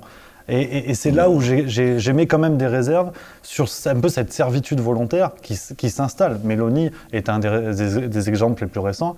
Dans leur triade là, de centre droit, il y a Silvio Berlusconi, qui était quand même le démon absolu il y a encore quelques années. Aujourd'hui, qui ferait potentiellement un deal pour racheter M6 à Bertelsmann avec Xavier Niel. Non, finalement, ça ne va pas se faire, ça. Finalement, ça va pas se faire, mais il y a eu ce bruit-là, aucun média ne l'a relayé, ne l'a mis en écho. Donc ça, on voit ces manipulations médiatiques et politiques qui sont évidentes. Tous les travaux de Marc Andevelde, d'Ave Lhomme sur l'élection de Macron en 2017. Qu'en 2022 se repasse la même chose avec des mécanismes médiatiques grossiers, notamment au sujet de Marine Le Pen, qui était finalement quasiment l'animatrice de 30 millions d'amis qu'aimait Sécha avant le premier tour, et qui, à l'entre-deux tours, était la nièce par alliance de Goebbels. Je veux dire, c'était grossier. Et pourtant, ça a marché. Mais ça peut durer, c'est ça, c'est le normal, problème. ça marche. Ça peut s'effondrer tout de suite, mais ça peut durer 100 ans. Ça ne durera pas 100 ans. La chute de Rome, c'était la même chose. Hein. Quand on fait un peu d'histoire, il y avait exactement la corruption des élites, la carence de matières premières, l'affaiblissement de la monnaie, de l'autorité et du commerce. Et ça a mis quand même... alors, les historiens se disputent, est-ce qu'il y a une date, etc. Mais ça a mis, allez, mettons, 200 ans avant de s'effondrer. Oui, mais il n'y avait pas la globalisation et il n'y avait pas la rapidité. Et quand je parle d'effondrement, c'est vraiment ce qu'on vit. Enfin, sur ces marges, il ne faut pas être dupe. Déjà, quand on a arrêté l'économie pour un virus, c'était du délire, avec des lois délirantes. On n'était pas assez nombreux à dire « mais c'est quoi ce bordel ?» on a là fait un test. Là, tu trouves que c'est du délire, mais bien sûr. Les sanctions prises contre les la Russie, sanctions avec contre les la conséquences Russie. que ça en France. En fait, il va y avoir des gens qui vont baisser le chauffage chez eux en se disant « je pense à ce bébé ukrainien sous les bombes ». Il y a des gens qui vont faire ça. Non, il dit « tiens, prends ça, Poutine ». Prends ça, Poutine. Dans sa douche. Il y a quand même... Pardon, je t'en prie. Parce que c'est-à-dire que c'est les mêmes à la manœuvre, avec les mêmes principes d'ingénierie sociale de Nudge, de dire t'as le code rouge, le code vert, le code orange, et t'es gentil ou t'es méchant, t'es du bon côté ou t'es du mauvais côté. Bien expliqué que c'était pour notre bien, qu'il fallait baisser, qu'on avait qu'à y mais gagner. ces sanctions, elles étaient là, encore une fois, 2 balles dans le ventre, après les 4 balles dans la tête du Covid. Donc, je veux dire, le cadavre bouge encore, bon là c'est sûr, c'est mort. Mais ça peut pas, c'est pour ça que je pense pas 100 ans, parce qu'il y a la globalisation, parce que ça va très vite. Et tu crois pas que les peuples vont se soulever à un moment donné? Mais non, alors sur les peuples, moi j'ai lâché l'affaire. Enfin, les mecs, ils sont contents d'avoir un code couleur à la télé pour dire qu'il faut couper le chauffage. Ils sont capables de revoter Macron parce que faut voter Macron. Non, mais tant qu'il y aura des castors à la manœuvre, c'est mort. Non, mais il y a quelque chose il y a un réducteur d'incertitude. Ce réducteur d'incertitude, c'est le prix des factures. Parce que là, on est encore dans le narratif, les bébés ukrainiens, il faut baisser le chauffage, moi aussi je vais sauver le monde. Sauf que le jour où les gens verront leurs factures exploser, pourront plus même bouffer parce qu'ils vont baisser, ils vont monter le chauffage, je vois en tout cas que ça inspire beaucoup Ignace, notre dessinateur, mais terrible, je te fais réagir juste encore derrière. Donc un dessin d'Ignace qu'on salue au passage et qu'on peut applaudir. Baisser le chauffage, un acte de guerre, ça va glacer l'armée de Poutine.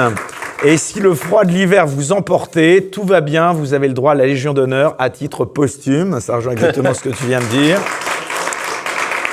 Macron à fond pour l'éolienne, j'aime tant brasser de l'air. Et enfin, sur cette crise énergétique, après la fermeture des centrales nucléaires, je ne regrette rien, le col roulé, c'est meilleur pour la planète. Hein ?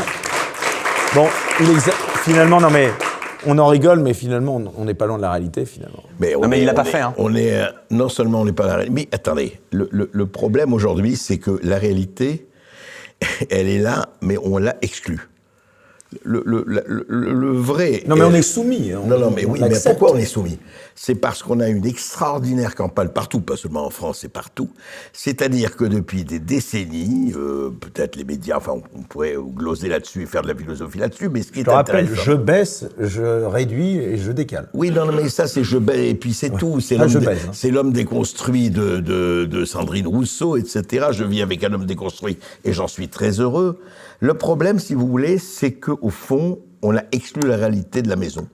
On dit le réel, on ne veut pas le connaître. Le réel, il nous emmerde. Le réel, ça va pas. Il est sale, il est désordonné, il est complexe, il est gris. Réel, écoutez, vivez dans la maison, on se débrouille quand même, etc. Et faut jamais oublier que le truc des pouvoirs, la propagande des pouvoirs, le système des pouvoirs, c'est quoi? C'est le management par la peur. Tous les pouvoirs depuis des siècles, c'est comment je veux avoir des moutons. Moi, pouvoir, qu'est-ce que j'ai envie d'avoir? J'ai envie d'avoir, écoutez, ne nous emmerdez pas, on sait mieux que vous ce qui est beau pour vous. Parce que vous avez 4 ans, donc vous savez un peu, mais nous, on sait ce qui est beau. Vous savez qu'ils avaient dit qu'ils avaient demandé, ça a été refusé, de pouvoir avoir les soldes de tous les comptes bancaires. Oui, bien sûr. Et ça a été refusé. Et là, vous avez Jean-Noël Barrot, ministre de la Transition numérique, qui expliquait qu'un des projets, c'est que les opérateurs puissent éteindre les box à distance. Et si tu veux, mais là, ils pourront plus voir le problème extraordinaire, ça a été honnêtement avec l'histoire du Covid. Le truc du Covid, ça a été fabuleux. C'est-à-dire, très sincèrement, si Monsieur Hamon ou Madame Buzyn ou Monsieur Véran, à l'époque il dit, écoutez les Français, la seule chose qui va vous sauver, c'est que vous allez mettre une plume dans le fondement et marcher avec la plume dans le fondement. La moitié des gens seraient marcher avec une plume dans le fondement. C'est clair. Pourquoi? Parce que tu marches très fort quand tu dis aux gens, attendez, vous allez mourir. Si vous faites pas ça, vous allez mourir. Est-ce qu'il y a une étude en double aveugle? C'est Orwell. Non, attends, parce que s'il n'y a pas eu d'étude en double aveugle sur la plume, moi je suis pas d'accord. Tu verras, tu t'y feras. Non mais il est là le problème, le management par la peur. On en rigolerait presque, mais... on en rigolerait presque, mais les gens y vont, les gens y croient. D'ailleurs, pour Bruno Le Maire... Toi, c'est une source d'inspiration incroyable. Fake News, il a dit, il a fait une interview où il a dit, parce qu'on n'arrêtait pas de lui demander où était son col roulé, il a dit « je m'habille comme je veux ». Donc même ça, il ne peut pas le faire. Il ne peut pas tenir ce degré de... C'est une source d'inspiration incroyable pour vous, les youtubeurs, on va dire, critiques de l'actualité, parce que finalement... c'est difficile. C'est de la concurrence. Non, c'est de la concurrence, c'est ce que je voulais dire. Il n'y a plus rien à écrire, ils sont plus drôles que ce qu'on peut en dire. Bruno Le Maire, son nom de famille est une fake news, tout est dit. Quoi. Je veux dire, il est ministre, le gars, donc c'est terminé normalement derrière. Et on ne parle pas assez de l'emploi fictif de sa femme. Ah oui? En plus. Madame Le Maire a eu un emploi fictif à l'époque où ça se faisait. Bon, c'était un truc, voilà, on n'en parlait pas trop. Mais bon, c'est un truc, moi j'aime à le rappeler parce que voilà, il y a cette mémoire politique, ça me paraît anodin, mais c'est des gens qui passent leur vie à faire la leçon, à traiter les gens de mauvais citoyens, qui font pas assez d'efforts, mais il faut voir comme ils se gavent en fait. Et ça, c'est insupportable. Même sur les tableaux qui disparaissent, enfin le truc est proprement dingue. Non, mais c'est ça, et à un moment, il y a quand même... C'est vrai, mais ce n'est pas eux qui se gavent. Pardon, qui se gavent vraiment? C'est BlackRock. Et c'est les gens comme ça. C'est les 3 milliards. On va traiter de complotistes. Non, parce que c'est pas ça. Ça marche comme ça. C'est un fait. Il y a un petit Marcel Gribiche qui traîne quand même par-ci par-là, quoi. Enfin, il se met bien, Bruno Le Maire. Il est pas... Non, mais je veux dire que... Attends, le problème, il est que... C'est pas pour défendre Bruno Le Maire. Non, mais... Le vrai problème, c'est que quand j'apprends que M. Bill Gates a acheté la moitié des États-Unis, des territoires des États-Unis, et que les États-Unis ont acheté les 2 tiers des terrains de l'Ukraine. Les 2 tiers des terrains de l'Ukraine sont propriété du milliardaire américain. Par quoi il est où le pays? Et quand nous vendons, nous, Alstom, à General Electric, et quand nous vendons à la découpe toute l'industrie ailleurs, c'est quoi ça? De la haute trahison. C'est ça. Ouais. Allez, on va clore. Dernier mot, et on enchaîne juste derrière. Didier, allez, le mot de la fin te revient. Pour rebondir sur ce qui vient d'être dit, oui, ça peut accélérer, ça peut aller plus vite, parce qu'il y a un élément nouveau. Et cet élément nouveau, parce que les politiques, on le sait depuis la Rome antique ou les auteurs grecs, ça a toujours été comme ça, le clientélisme, c'est les Grecs qui l'ont inventé. Sauf qu'aujourd'hui, c'est pour ça que les milliardaires, etc., investissent dans les médias où on boit le bouillon et on perd pas mal d'argent, parce que c'est une influence terrible, parce que comme ça, après, on a la paix. Le pire dans tout ça, ce sont les fabricants d'excuses. Le média au sens médium, c'est-à-dire moyen d'informer, parce que les politiques, s'ils n'avaient pas les médias complaisants, ils feraient leur show devant leur glace et devant leur famille, et ça s'arrêterait là. Et c'est pour ça que le problème numéro 1, c'est l'indépendance des médias. Les politiques, ils sont finalement dans leur rôle, ce sont des clientélistes. Voilà, c'est tout ce que je peux dire. Eh bien, écoute, on aura en tout cas bien reçu le message. On termine ce débat avant d'enchaîner et de continuer à parler de ce conflit en Ukraine et de Vladimir Poutine en particulier. Et juste auparavant, on va faire une petite interview confession avec toi, André Berkoff, avec 2 dessins toujours d'Ignace, Agnès Pannier-Runacher, qui remplace pauvre, entre guillemets, par sobriété subie. L'occasion d'inviter tous les Français à la sobriété volontaire avant que ça ne devienne obligatoire. Voilà, on enchaîne tout de suite. Vous restez surtout avec nous dans Bistro Liberté. Tout de suite, c'est l'interview confession. Retrouvez Bistro Liberté avec Terre de France, la collection 100% fabriquée en France et qui défend nos valeurs traditionnelles. terredefrance.fr.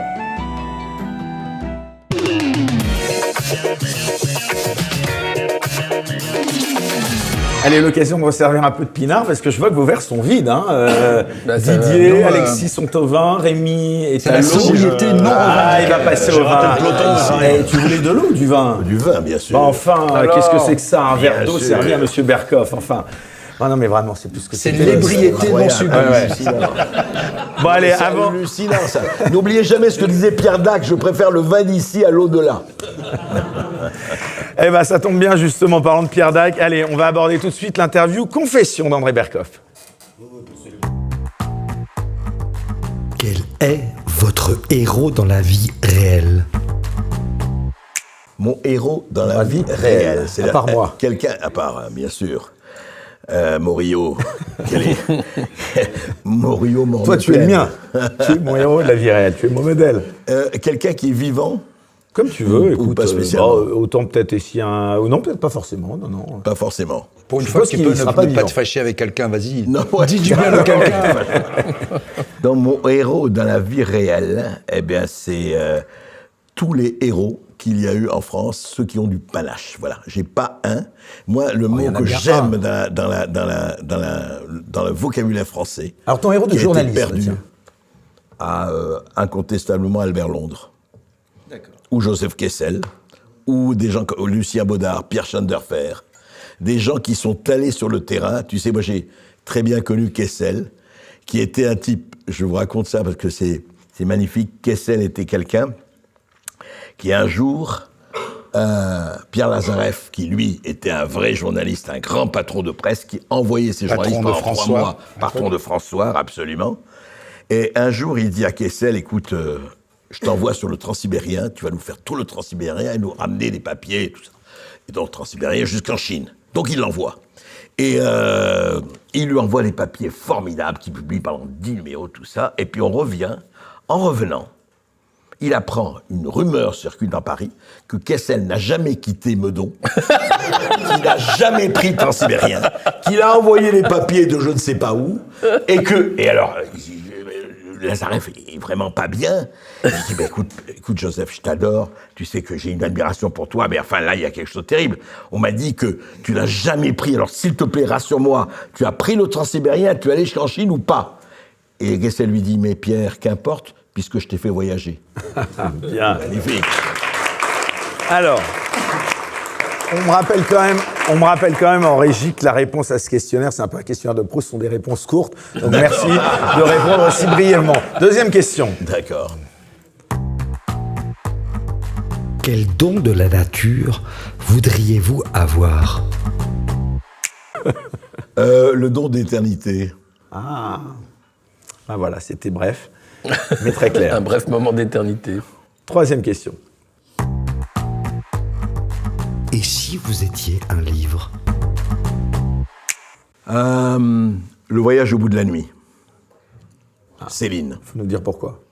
Parce que je trouve que c'est un des plus grands livres du XXe siècle et que, quel que soit ce qu'on peut penser des écrivains, quand il y a un talent... C'est la distinction entre... Ah, moi je fais la distinction totale L'homme entre et l'homme et l'auteur. l'écrivain, ou la femme et l'écrivain, ça n'a rien à voir. Et quand je pense qu'on vient de donner le prix Nobel à Annie Ernaux, je n'irai pas plus loin. Ce que j'appelle plus dur sera la chute. Voilà. C'est une réponse. Question suivante. Que chantez-vous sous la douche? La douche, toute la pluie tombe sur moi. Moi, je pensais que tu aurais chanté l'International, je sais pas. Non. Tu chantes pas grand-chose, peut-être, sous la douche. Non, je chante pas sous la douche. J'écoute effectivement des chansons. Non, la chanson que j'adore, moi, c'est vraiment... c'est Douce France. C'est des choses comme ça, tu vois, des vieilles chansons à Paris et compagnie. Voilà. Question suivante. Avec qui aimeriez-vous dîner? T'as dîné avec tout le monde. Avec quasiment. une fille intelligente, belle, sympa, et avec qui je pourrais passer, allez, une semaine fabuleuse. Greg Ouais, j'ai eu envie. Qu'est-ce qui te fait dire Qu'est-ce qui te fait dire que tu te souviens sur le plateau? Moi, je peux être ce que tu veux, parce que tout à l'heure, il monte, Gaïcha d'André Berkoff. De toute façon, c'est toi le patron. C'est ça. Question suivante.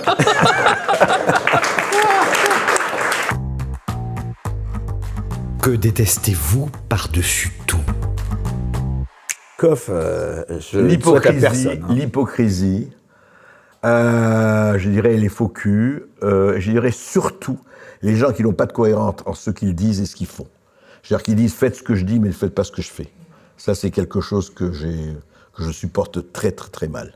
Ton dernier coup de gueule, là, c'est une petite question en plus, en bonus que je pose. T'en as souvenir, parce que c'est vrai que tu t'es un peu sanguin quand même. Oui, enfin, j'ai eu les coups de gueule, c'est pas ça. C'est des gens, tu sais, qui... T'en rajoutes pas un peu, honnêtement? Non, pas du tout. On l'interview confession. Quand j'étais, pour ne pas le citer, chez Hanouna, par exemple, je vais te dire que chez Hanouna, il y a, je ne le citerai pas, un des protagonistes et chroniqueurs de Hanouna. Ah si, c'était Verdès, non? Oui, enfin bon, c'est pas la peine aussi. C'est moi qui décide. Non, mais allez, je vais être aussi vulgaire, on peut être vulgaire à Bistro Liberté. On peut être français. Je vais citer une phrase d'Audiard, et pas de moi, les d'Audiard. Ouais, je sais ce que tu veux dire. Il a dit parler avec un con et essayer de le convaincre, c'est comme se masturber avec une râpe à fromage, beaucoup de souffrance pour peu de résultats. Ça tombe bien avec la dernière question. Et pour cette dernière question, dites-nous, quel est votre rêve de bonheur? J'ai pas de râpe à fromage, je suis désolé. Non. La devise, et je me prends pas du tout pour Casanova, mais j'adorais la devise de Casanova, c'était une belle femme, une bonne table et une bonne bibliothèque. J'ai redouté le pire. Merci André Berkoff. On se retrouve tout de suite pour le deuxième et second même, puisque c'est le dernier débat de la soirée dans Bistro Liberté.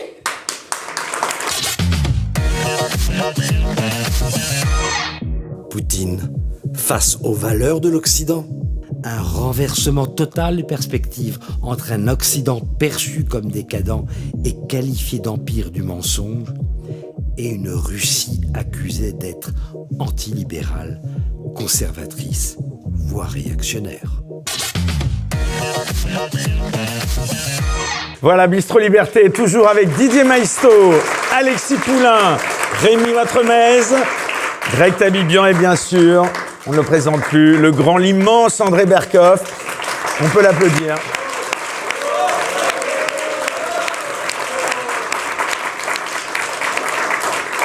André, petite parenthèse, ça doit te faire plaisir quand même ce soutien, j'ai envie de dire populaire, parce que tout le monde te crache dessus au milieu des médias. Non, tout le monde ne me crache pas. Non, mais dans les médias, tu es le diable. Non, il bave de jalousie. C'est tout à fait autre chose. C'est vrai. C'est une autre expression. En tout cas, tu cartonnes, puisque chacune de tes interviews chaque matin sur YouTube, c'est plusieurs centaines de milliers de vues, c'est colossal. Alors, second débat à présent, donc on l'a vu, débat hautement sensible, donc dédié à l'analyse des conséquences de la guerre, bien sûr, en Ukraine. Mais je souhaiterais qu'on s'intéresse à présent au débat sur les valeurs, entre guillemets. On a beaucoup entendu parler des valeurs de la République à l'époque de la lutte contre le terrorisme et du combat contre, entre guillemets, là encore, l'extrême droite. On entend maintenant beaucoup parler des valeurs de l'Europe, là aussi, entre guillemets, de la démocratie, des droits de l'homme, de la liberté, j'en passe. À l'opposé, Vladimir Poutine, mais aussi Xi Jinping et d'autres, expliquent depuis plusieurs années déjà que l'Occident s'est détaché de toutes ces valeurs traditionnelles pour entrer dans une ère, je cite, de décadence, de laideur et de mensonge. Alors, je vous propose un peu de préciser ces débats ce soir pour qu'on essaye d'y voir plus clair. Alors, la première question, je vais la poser encore à André et qui permettra de planter le décor. Elle est assez simple. Qui est aujourd'hui le meilleur défenseur des valeurs de l'Occident, André Berkoff?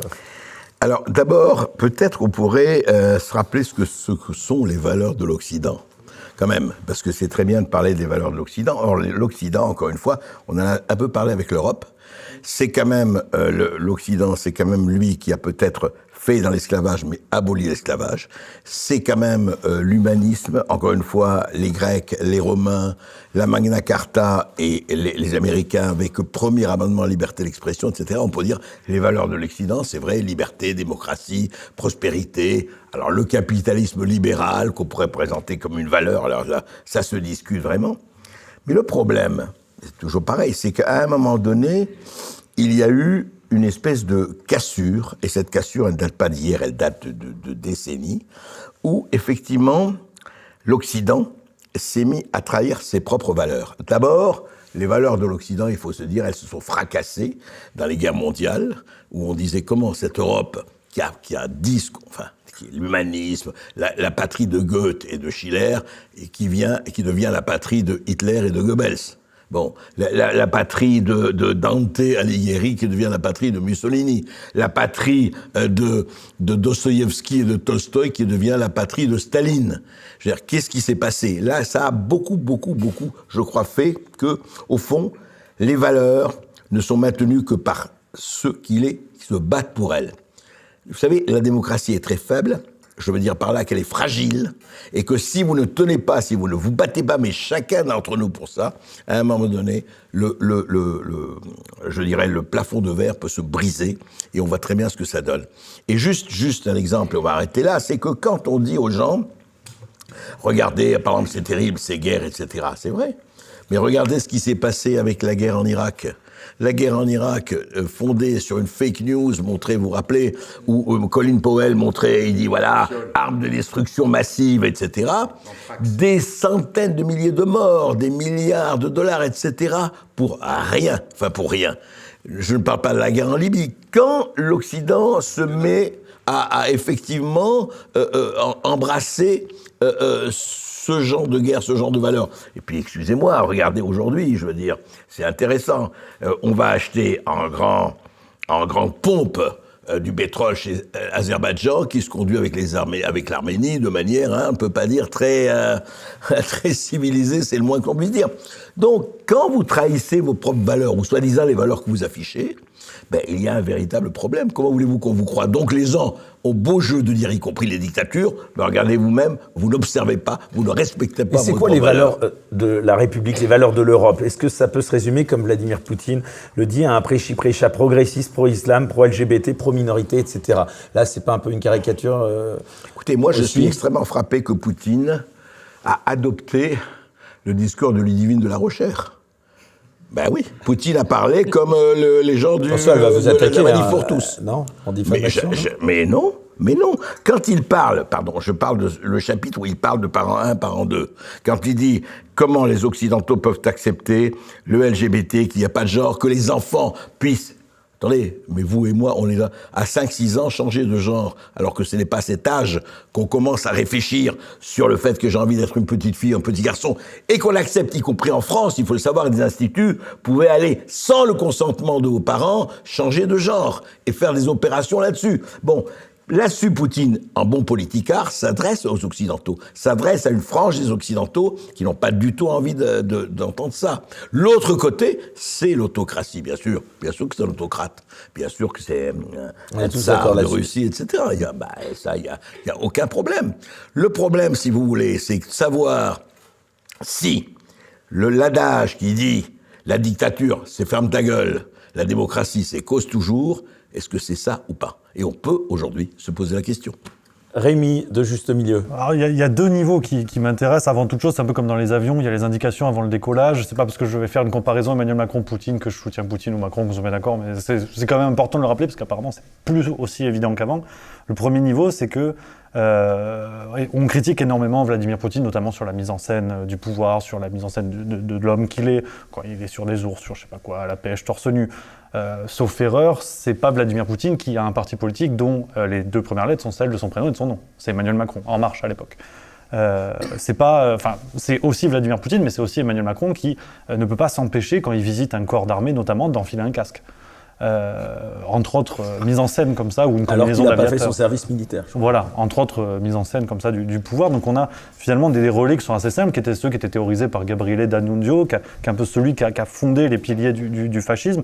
Et si on reprend ça de manière très scolaire et très froide, la mise en scène du pouvoir d'Emmanuel Macron n'est pas très différente. C'est Raphaël Liorca qui l'a décrit dans un bouquin qui s'appelle La marque Macron, bouquin formidable où il analyse un petit peu tout ça.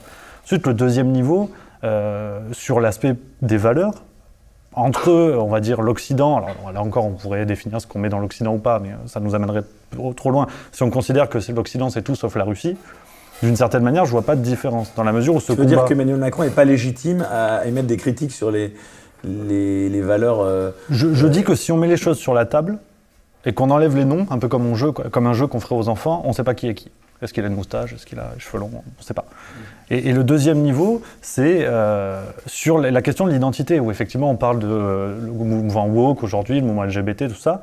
Mais là encore, la mécanique est la même. C'est comment on peut enlever aux citoyens ce qu'il a de plus précieux, à savoir son identité. Du côté russe, ça va être par des traditions, par une histoire, par une appartenance à une religion, à des cultes, à des traditions. Chez nous, aujourd'hui, ça va être, on va enlever l'identité par la consommation, par le fait de dire, finalement, un sexe, aujourd'hui, c'est quelque chose d'assez malléable. Ce qui compte, c'est ce qu'on a dans la tête. Donc, je suis ficus, je suis saphir. Après tout, tout est ouvert. On peut modeler comme ça le réel en disant ce que vous avez dans le slibard ne compte pas vraiment. Finalement, c'est ce que vous avez dans la tête. L'idée s'arrête si on demande aux gens d'ouvrir le portefeuille. Si on leur explique qu'un euro, c'est 1000 euros, comme un zizi, c'est pas un zizi, là se brise en fait le mythe. Et cette question d'une identité noyée dans des récits différents, c'est un même combat. Et c'est là où ces questions de valeur me semblent très intéressantes, mais il faut mettre tout ça sur la table. On est sur un pied d'égalité, malheureusement. Greg Tabibian, le LGBTisme, le féminisme, l'antiracisme, est-ce qu'ils ont pris trop de place dans nos sociétés, selon vous? Non, ils n'ont pas pris trop de place dans nos sociétés. C'est juste qu'on en fait l'alpha et l'oméga de tout ce qui nous définit nous-mêmes. Et qu'on a oublié qu'on avait d'autres valeurs qui me semblent au moins tout aussi importantes et surtout moins contemporaines. Lesquelles, par exemple? L'individualisme, l'humanisme, le libéralisme au sens philosophique, que nous sommes en train d'oublier. On a vécu longtemps, je crois, dans un mythe qui était que la chute du mur, je parle du mur de Berlin, c'était la consécration de la victoire des individus sur le totalitarisme et sur l'État, alors qu'en fait c'était exactement l'inverse. C'était la victoire définitive des superstructures sur les individus. Et qu'on a radicalement changé notre conception de la société, parce que nous on n'a pas une conception de l'État à la chinoise, ou même à la russe d'ailleurs, on voit l'État comme un outil au service des individus. Et aujourd'hui, c'est l'individu qui est un outil au service de l'État. Et cette conception très asiatique, par exemple, du rôle du citoyen, de la collectivité absolue, radicale, totalitaire, eh bien, elle est acceptée par la population aujourd'hui. Nous sommes, à grands coups de slogans publicitaires, nous sommes tous, soyons solidaires, soyons citoyens, nous sommes petits maillons d'une grande chaîne. Nous ne sommes pas les petits maillons d'une grande chaîne, nous sommes des individus. Nous avons construit notre philosophie moderne sur cette notion-là. Et je crois qu'on est vraiment en train de perdre ça. On est dans une sorte de délire collectif et aussi d'aveuglement historique, parce que alors là c'est un narratif particulier qui en ce moment, Poutine est le méchant, nous sommes les gentils. Rien n'est discutable. Poutine est l'unique et seul agresseur, l'unique et seul responsable. Ce n'est pas remettable en cause. Et aujourd'hui, c'est assez dingue de voir que tu as le moindre débunker qui te saute dessus quand tu lui dis que la responsabilité peut être partagée. Mais la nuance, c'est peut-être ça Mais la nuance, pourtant, elle est visible dans n'importe quel livre d'histoire, puisqu'on s'amuse à comparer Poutine à Hitler. Quand j'ouvre n'importe quel manuel d'histoire, on m'explique que Hitler est l'agresseur qui lance la Seconde Guerre mondiale. Il n'y a pas de problème avec ça. Mais quand je regarde le chapitre 2, on m'explique bien que sans la bêtise du traité de Versailles et de la diplomatie occidentale pendant l'entre-deux-guerres, il n'y a pas Hitler. Pourquoi ça ne marche pas avec Poutine? Oui, Poutine est l'agresseur, mais sans la politique d'agression diplomatique des États-Unis et de leurs alliés depuis un certain nombre d'années, il n'y a peut-être pas ce qui est en train de se passer. Donc aujourd'hui, il y a un gentil, il y a un méchant. C'est pas dire que Poutine n'est pas le méchant, n'est pas l'agresseur. Bien sûr qu'il sera le méchant de votre narratif. Mais j'espère que nos livres d'histoire seront un peu plus nuancés, parce que si Fernand Nathan peut m'expliquer que les choses sont plus complexes, j'aimerais quand même que BFM le fasse, parce que j'ai 40 ans, j'en ai pas 12. André, tu partages ce point de vue?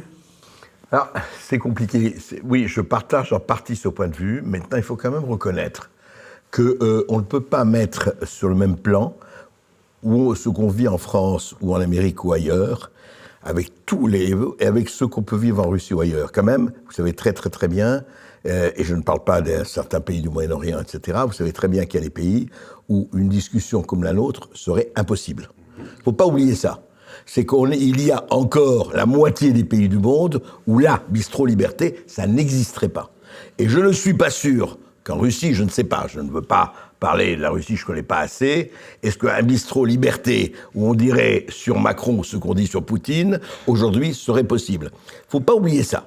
Il ne faut pas oublier qu'on n'est pas à l'heure où, à 6h du matin, la police viendra frapper à votre porte pour vous emmener. Donc, Je dis Ça pas. dépend pour qui. Ça dépend C'est pour arrivé qui. à certains gilets jaunes. C'est arrivé à certains gilets jaunes. Oui, mais ce n'est pas du tout sur le même plan et sur le même, je veux dire, sur la même échelle. Cela dit, je reviens et je vous rejoins sur une seule chose.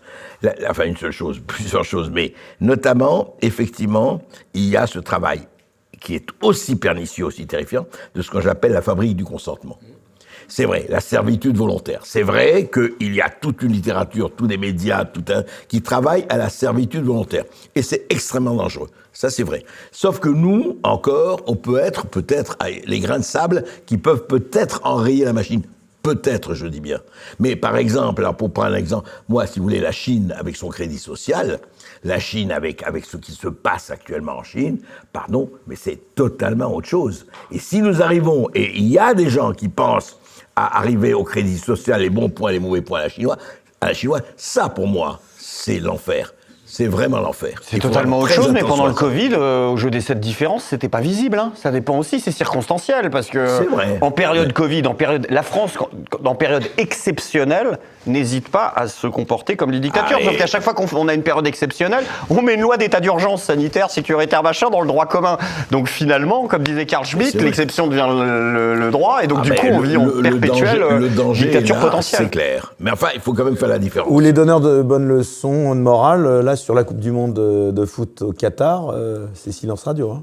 Non, mais je vais vous dire, il y a ça et la caricature. La caricature absolue pour moi, et ça vraiment, ça j'ai trouvé ça obscène, c'est alors que les Iraniennes se font tabasser, violer, tuer parce qu'ils enlèvent le voile, le showbiz se coupe une mèche de cheveux. Ouais. Ça, pour moi, c'est rédhibitoire. Ça, franchement, c'est même plus une caricature, quoi. C'est honteux. Non, mais c'est pas possible. C'est Sandrine Rousseau qui est allée aux manifs des nanas iraniennes et qui se les fait foutre dehors à huer. Oui, exactement. Et à juste titre. Elle n'a pas compris pourquoi.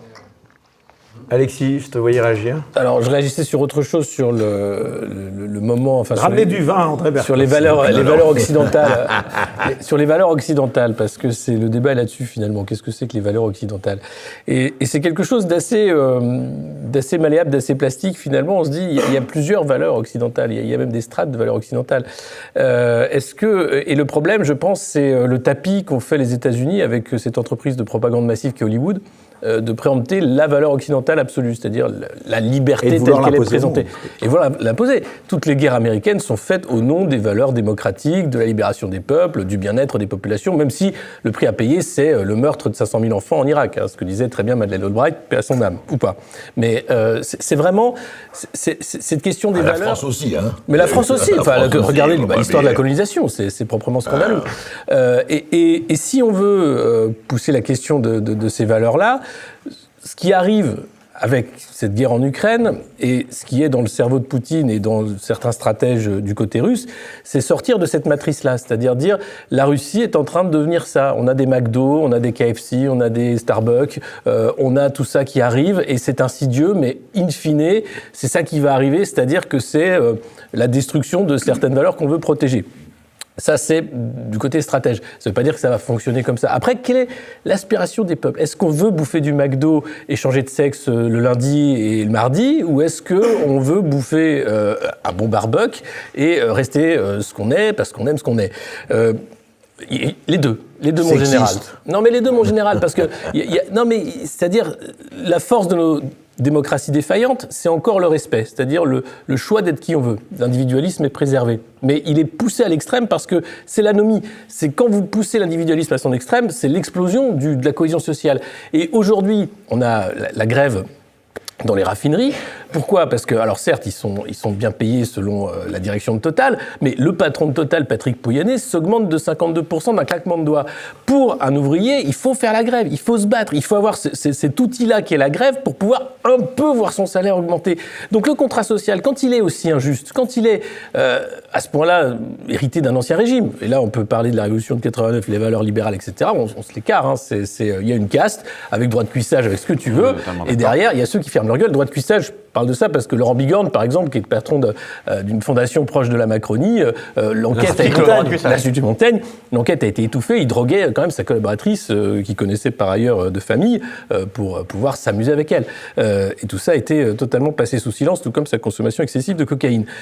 Mais c'est ça qui maintenant, ça l'est plus. Ben non, mais si un peu quand même. C'est pour ça que j'en parle ici à Bistrot de Liberté, parce que n'attendez pas de BFM qu'ils en fassent un titre ou même un débat. Mais ça dit une chose, ça dit que je veux bien qu'on parle de valeurs à tire-larigot, mais ce qu'on a en face de nous, c'est l'Ancien Régime, et c'est d'une violence sans nom, une violence sociale sans nom.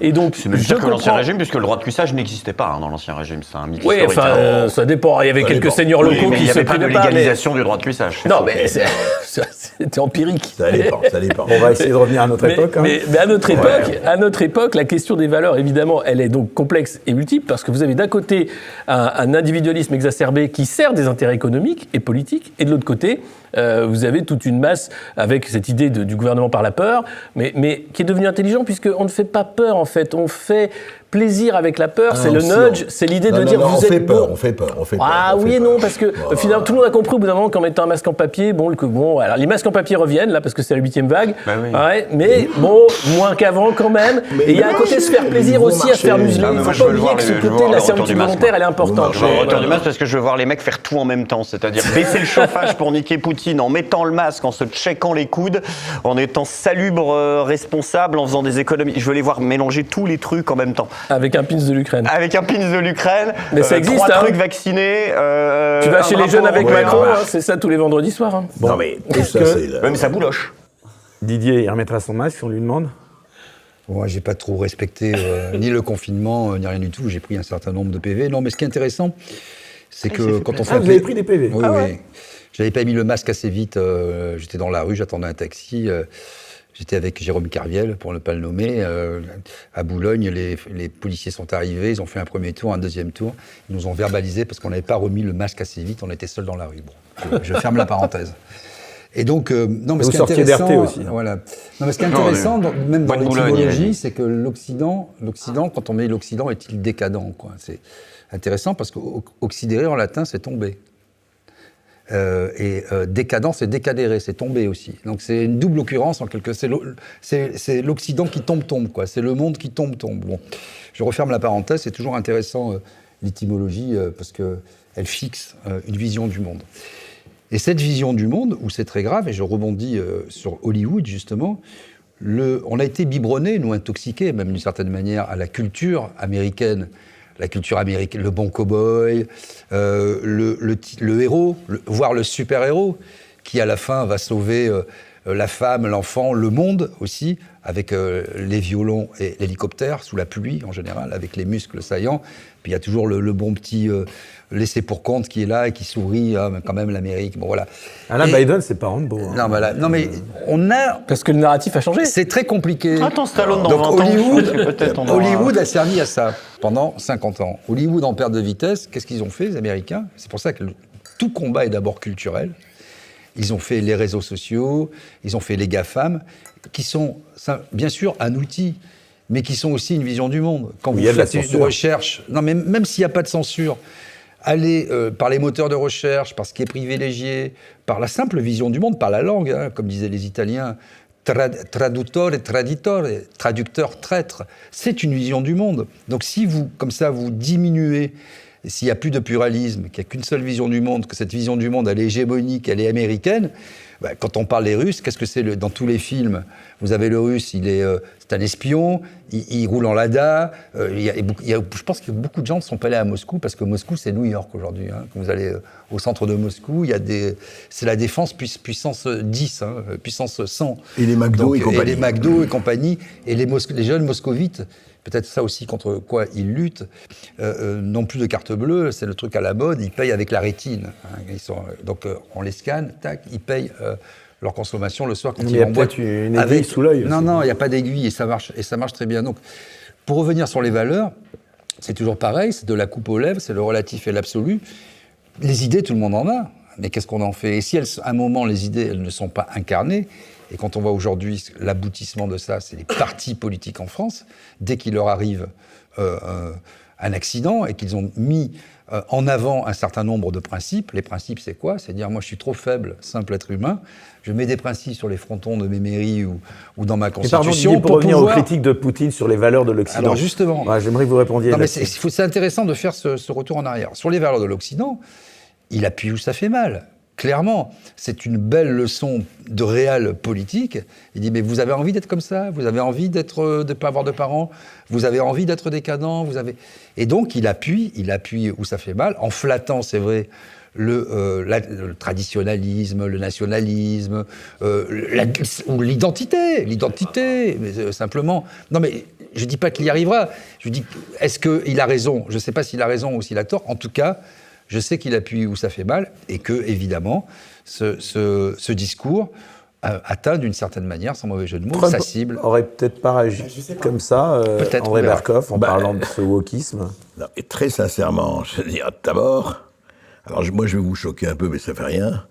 Moi, il y a 6 mois, j'avais tweeté que les 2 personnes qui défendent l'Occident aujourd'hui, c'est Trump et Poutine.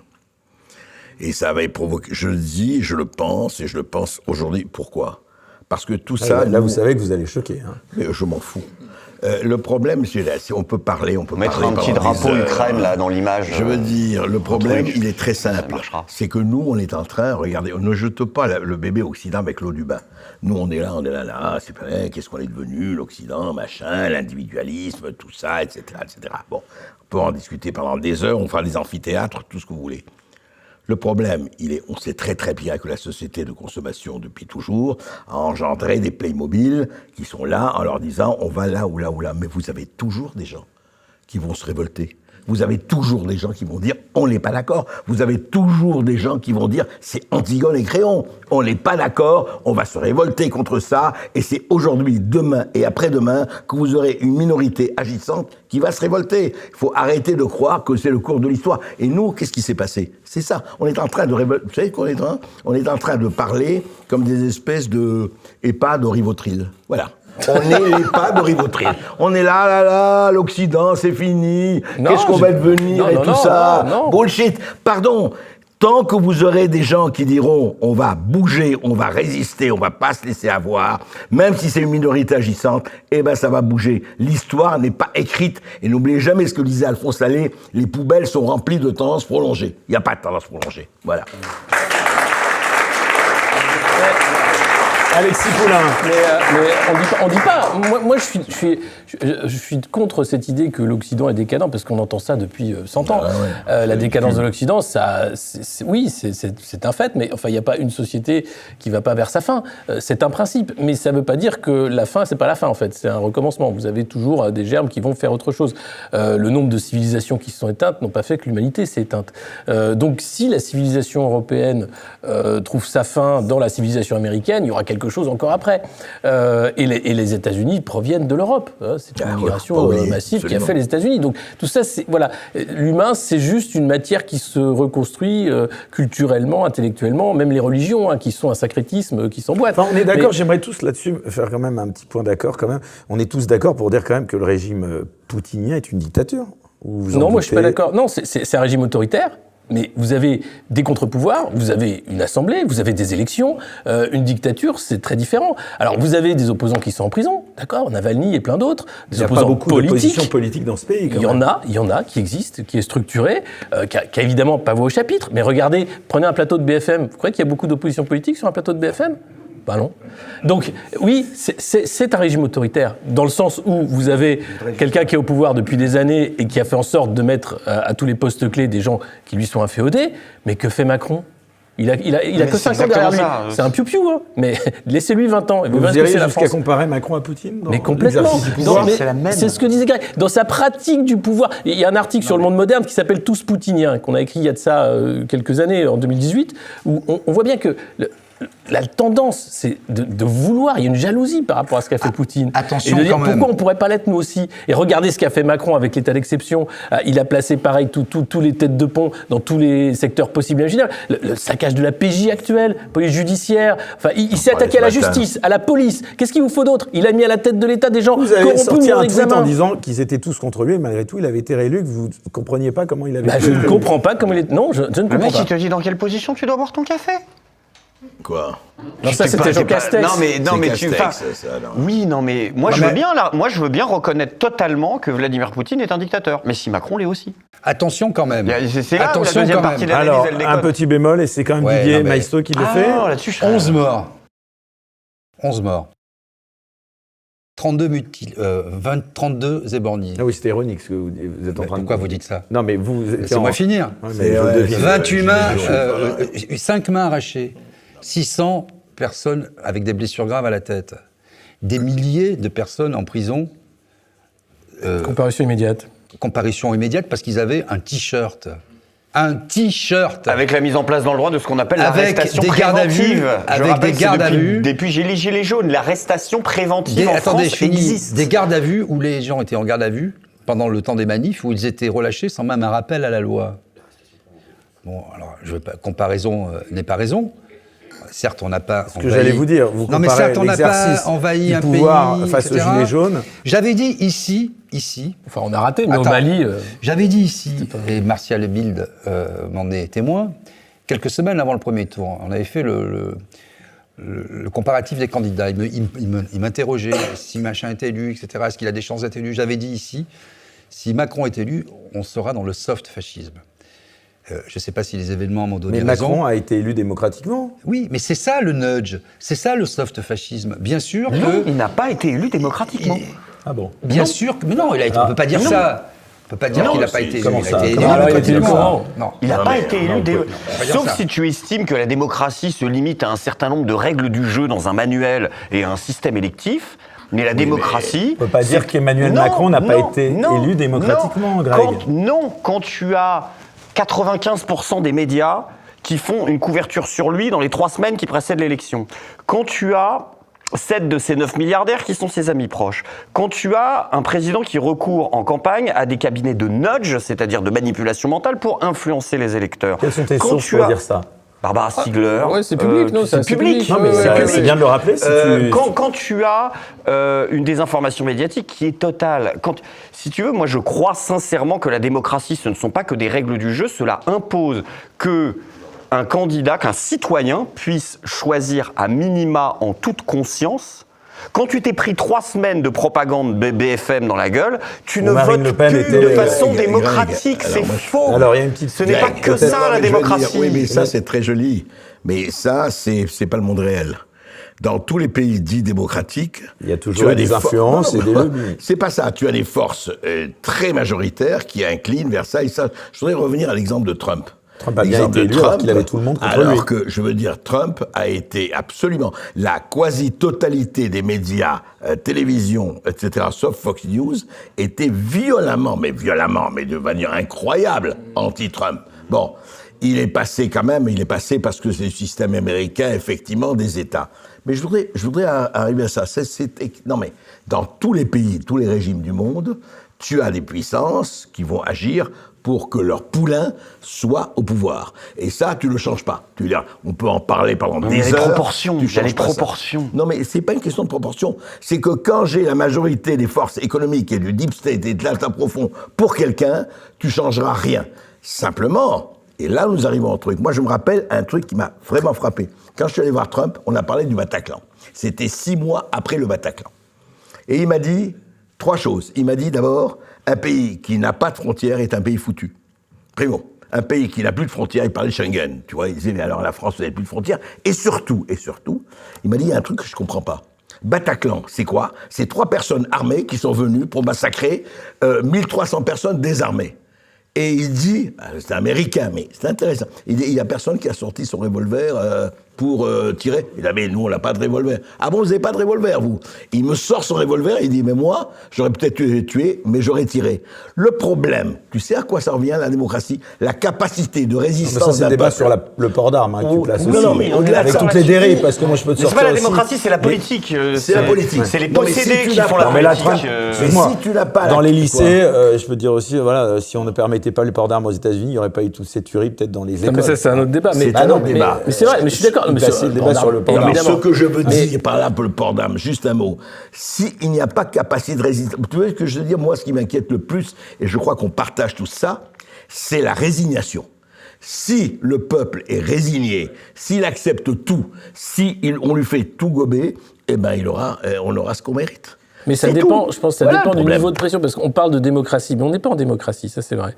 On est en plutocratie, c'est l'argent qui fait le candidat, c'est l'argent qui fait le média. Tu vas jusqu'à dire qu'on n'est pas en démocratie? Mais non, on est dans une plutocratie. La démocratie, c'est le pouvoir du peuple. Des penseurs de la démocratie, tu prends les 15 critères qui permettent de dire qu'on est en démocratie, on n'en coche pas. On est dans une plutocratie, et toutes les démocraties libérales sont des plutocraties en réalité, c'est-à-dire ce sont des candidats de l'argent qui gagnent, et c'est l'argent qui fait la politique, et c'est l'argent qui fait le choix. Je suppose qu'en Italie, Meloni avait face à elle toutes ces puissances que tu décris, et malgré tout, elle accède au pouvoir. Au Brésil, Bolsonaro avait face à lui, Bolsonaro a l'argent aussi au Brésil. Mais c'est pas parce que tu as bien un candidat que c'est la démocratie. Tu peux saluer la victoire de Trump, mais est-ce qu'il a gagné de façon démocratique? Non. La situation politique, l'acharnement des médias, le jeu des réseaux sociaux, les services secrets américains qui ont censuré des affaires sur le candidat en face, tout ça...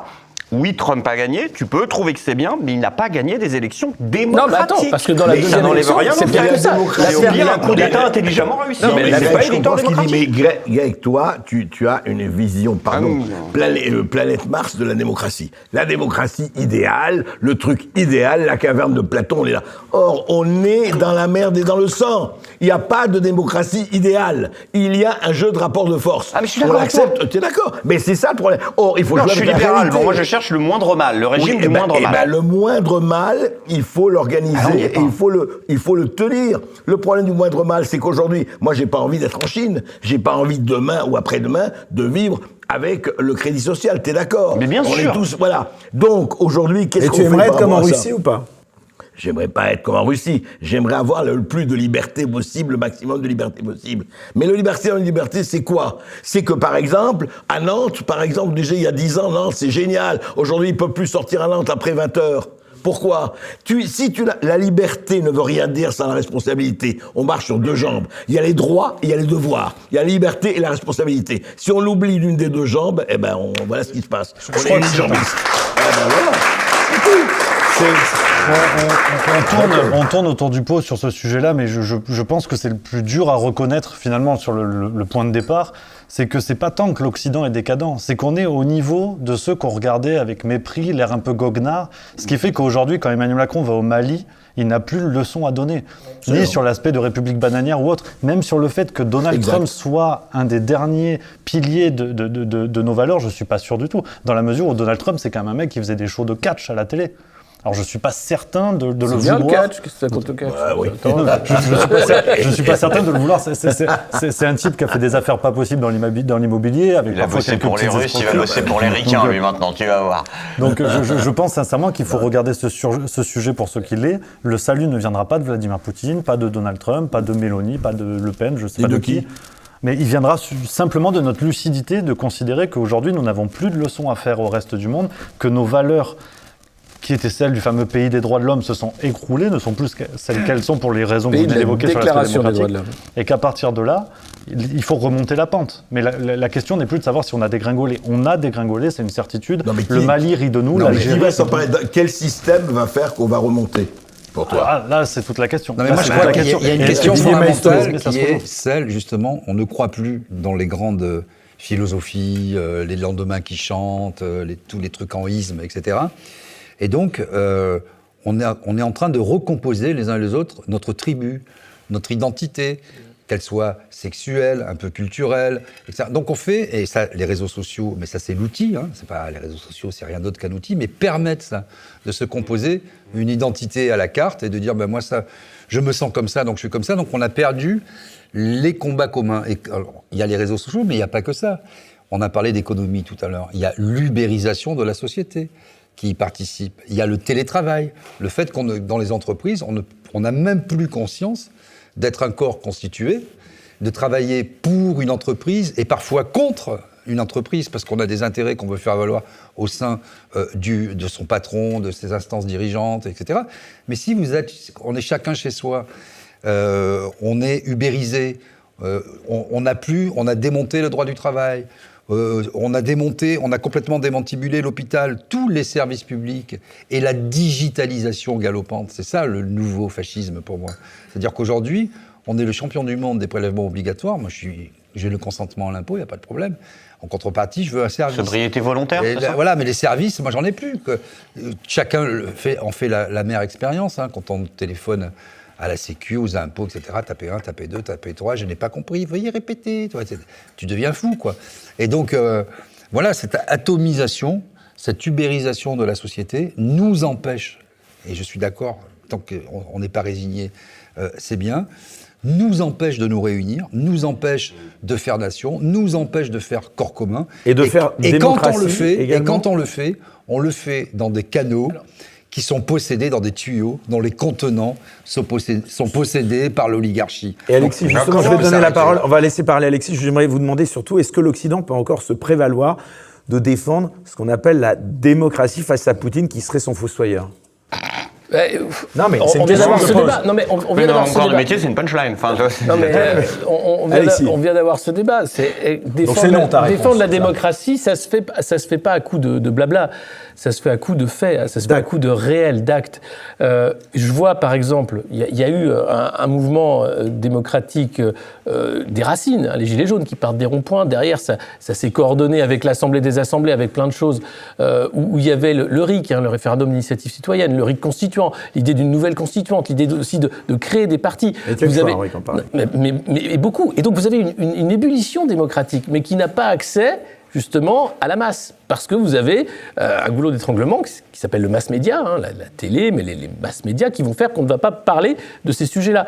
Et quand vous arrivez à avoir un candidat à la présidentielle... Il est progressif, parce que les Gilets jaunes, on commence avec 81% des Français qui soutiennent les Gilets jaunes, et on finit à 8. Oui, avec des sondages en disant... ça, c'est en 2 ans. Ils ont tagué Macron, on veut ton cul sur l'Arc de Triomphe. C'est scandaleux.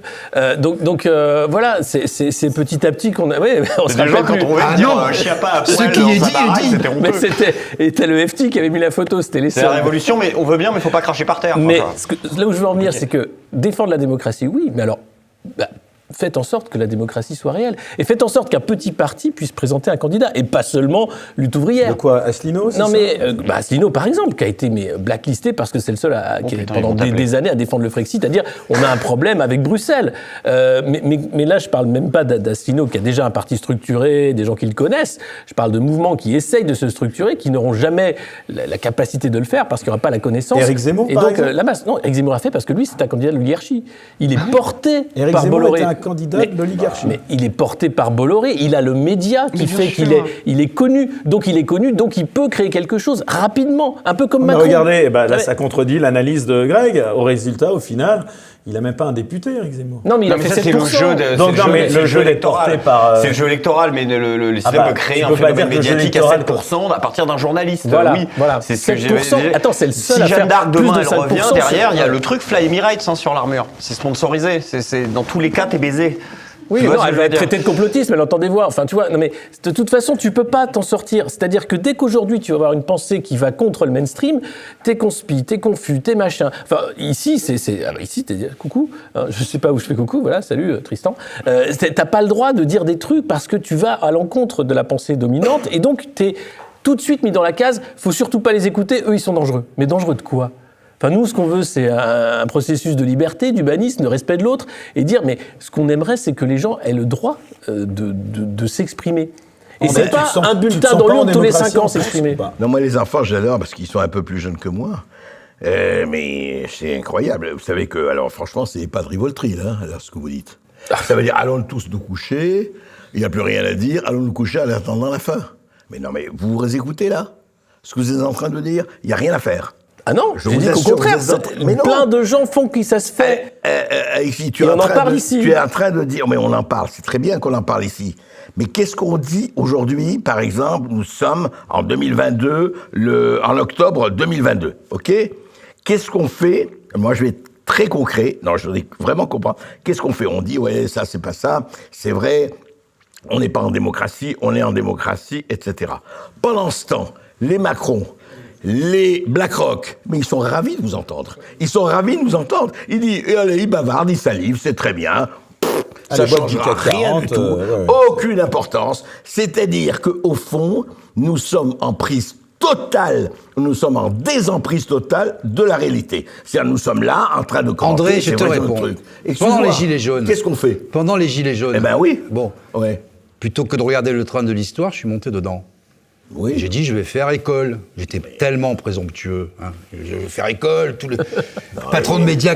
Qui a bougé ? Qui a bougé ? Non, mais ce n'est pas... Personne. La première semaine. Personne n'a bougé. Si. Tout le monde voulait faire la révolution, mais les gens font la révolution derrière leur clavier. C'est ça le problème aussi. Non, les gens étaient dans la rue. Combien étaient dans la rue ? Au maximum, on était 300 000. Ils ont été dans la rue On jusqu'au était moment 400 000. où Macron était prêt à monter dans l'hélicoptère, que les 200 mètres qu'il fallait faire n'ont pas été faits, et que là, les gens ont compris que ça n'irait pas jusque-là. C'est arrivé 3 Donc les gens normaux qui vont en grève sont allés en grève. Les gens en France, c'est ça, je ne crois pas du tout à cette histoire de valeur. Parce que quand on parle des questions de liberté individuelle, de liberté collective et de privation de celle-ci, tout le monde s'en tamponne le coquillard. Ce n'est pas une question de valeur. La seule chose, et c'est pour ça que je parlais de réducteur d'incertitude, c'est le portefeuille. Si demain, les gens ne peuvent plus bouffer, le frigo est vide, etc., tu verras que tout va s'arrêter. Donc, tu vois, c'est ça le réducteur d'incertitude. 5 dernières minutes. Les Français, ça les intéresse pas, la liberté. Ça les intéresse pas. Ils ont été enfermés, ils n'ont rien dit. Je ne sais pas si les Français s'intéressent à la liberté, je parlerai pas au nom. J'aurais jamais la prétention de parler au nom des Français, chacun a ses Mais on l'a vu depuis 5 ans. Non, mais je suis d'accord. Le problème est très clair. Si on veut s'engager, le problème, voilà. En fait, on a envie d'entrer en politique, et de moins en moins de gens ont envie d'entrer en politique, parce qu'il y a des coups à prendre, donc on va aller dans le privé, on va faire des choses, les plus brillants, soit ils s'en vont, soit ils vont dans le privé, etc. Et puis les autres qui restent, c'est chiappa. Non mais je veux dire... Non mais tu as raison. On est là, le problème. C'est l'archétype. On a vraiment une espèce de robotisation par le bas qui est hallucinante. Bon, à partir de là, que ce soit les médias et compagnie, regardez aujourd'hui, et vous êtes l'exemple frappant, que ce soit les réseaux sociaux, moi je suis très frappé par un truc. Je vous donne ma petite expérience à Sud Radio. Quand je me balade en France, les gens, c'est pas me disent « Ah ouais, c'est très bien ce que vous faites », ça on s'en fout. Et des gens disent « Tenez bon, parce que vous nous amenez des invités qui disent des choses qu'on ne sait pas ». C'est-à-dire que le savoir, tu sais, les naroniques, quand tu apportes la transmission du savoir, que ce soit sur les éoliennes, que ce soit sur l'Ukraine, que tu amènes des gens sur le terrain qui te disent, attendez, ce qu'on vous raconte sur les éoliennes, sur les panneaux solaires, sur l'Ukraine, sur les... Regarde, j'ai fait une émission avec quelqu'un sur les tuyaux de Gazprom, tu sais, le Nord Stream. Personne ne parle de ça. On te dit, ouais, c'est un attentat. Moi, j'ai amené un ingénieur qui a fait 10 ans dans le pétrole. C'est quoi les gazoducs ? Comment ça se fabrique ? L'acier, etc. Tu reviens aux fondamentaux. Tu reviens et les gens sont heureux de ça. Après, ils en feront ce qu'ils voudront. Mais apporte du savoir, des choses précises. Je mets... Allez, je suis d'accord, mais où je mets juste... Très vite, parce qu'on a... Où je mets juste un bémol, les gens qui ne sont pas résignés et qui se battent, et tu sais qu'on est autour de cette table quelques-uns à se battre et n'avoir jamais rendu les armes, quitte à être traités de complotistes, de conspirationnistes, etc. Je veux dire que quand tu filmes tous les samedis les Gilets jaunes et que tu n'as pas un journaliste qui a 20 ans qui va prendre le relais, ou que quand tu passes devant au boulevard Saint-Germain, que tu as des employés qui voient passer les Gilets jaunes, tu es en train de filmer, qui gagnent tout juste le SMIC et qui font... Ben là, tu te dis, il y a encore du travail à faire. Justement. Allez, dernier mot, Rémi. Sur ce point-là, alors c'est un peu juste milieu, l'incarnation de la chose, mais parce que je pense qu'il faut vraiment ne pas faire l'économie de cette réflexion-là, qui est de ne pas se mettre dans les mêmes biais psychologiques que ceux que l'on pourrait dépeindre comme nos adversaires. De penser que nos idées sont majoritaires, donc doivent l'emporter. Peut-être qu'on a tort. Peut-être qu'on se plante et qu'en considérant, parce qu'on invite ce que l'on considère être les bonnes personnes, qu'on a les idées que l'on considère être les bonnes idées, je pense qu'il faut les questionner jusqu'au bout. Et avant de parler de résignation, c'est justement pour se donner l'énergie nécessaire, d'abord de comprendre les gens qu'on est censé combattre, je mets des guillemets parce qu'on en est, j'espère, il est en train de te dire peut-être que tu dis des conneries. Non, c'est possible, mais je pense qu'il ne faut pas faire l'économie de ça, et que si on veut gagner cette guerre culturelle, parce qu'on y est, on ne doit pas faire la même chose que nos adversaires. Allez, dernière phrase, c'est quand même à André qu'elle reviendra. N'oubliez jamais que c'est avec les vaches sacrées qu'on fait les meilleurs steaks tartare. Voilà, ce sera le mot de la fin. Et juste avant, pour montrer que nous aussi, à TVL, on a l'esprit critique et on va le saluer. C'est un dessin d'Ignace, il y en a plusieurs. Alors tout d'abord, André Berkoff, vous voyez, un peu d'autocritique, fier de ses origines russes, André Berkoff et son addiction inacceptable, je suis accro aux cigarettes russes. Avec Trump à la place de Biden, le contexte international aurait été davantage peace and love. Et enfin, un dessin qui m'a particulièrement ému, donc celui-là vraiment, je tiens vraiment à insister sur ce dessin. Macron promet 100 millions d'euros pour armer l'Ukraine et nous, on sent le pâté, 1 euro ou 2 euros pour manger, merci. Voilà, je pense qu'on peut l'applaudir.